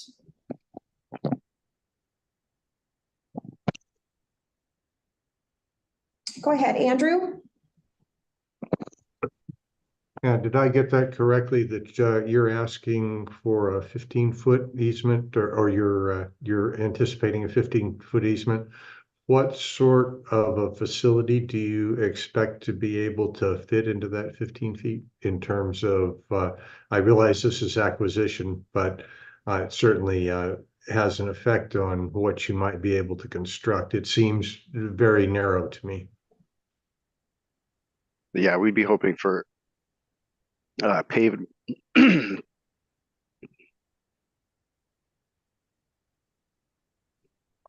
paved multi-use path. 15 feet was identified by our consultants. Thank you. Thank you, Andrew. Nick, go right ahead. Yeah, thanks, Ben. Question for you about the easement itself. Do you have a willing seller with the developer there that is expressed interest in actually selling this property to you, or any sort of purchase and sale agreement or any agreement that you have in place, or would that come after? We have an advance of the purchase and sale. Part of this, I mentioned one of the prereqs is that they're aware of the project and willing to sell it. So we haven't talked specifics about funding. One of the reasons for that is if we are to use any washed up funds later, federal highways funds later, that we want to be more than arm's length in the negotiating process between the city and the landowner. So they are willing. They have they're carrying a note on the property, private note, and so hopefully this transitional funds would allow them to remove that note and free them up to develop the property moving forward. Thank you. Thank you, Nick. Go ahead, Brian. Hi, thank you for that presentation. I'm curious, I guess I wasn't really following the immediacy of threat. So is it that the developer will not have to follow these regulations for an easement? My understanding would be the developer would still have the shoreline regulations and the access piece. Is there a clear immediacy of threat? If you're not purchasing this property now, there is something that could happen in lieu of that. Yeah, at this stage, the burden of proof would be on the city to prove that our public access requests are consistent with the constitutional rights of that owner. And so having some degree of public access will be a requirement of the shoreline. Having this specific public access or the linkage between the trails would not be a requirement of that. And our planning commission, as who issues those, would have to articulate very clearly, satisfying the burden of proof that that this acquisition is roughly proportional to their development, and there's a rational nexus between the two. So coming in now, making sure that they're doing their site planning around this area now is where that immediacy comes in. Thank you. Thank you, Brian. Any additional questions for Ben?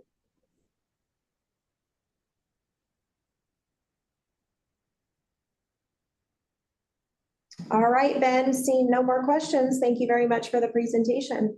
Yeah, thank you guys.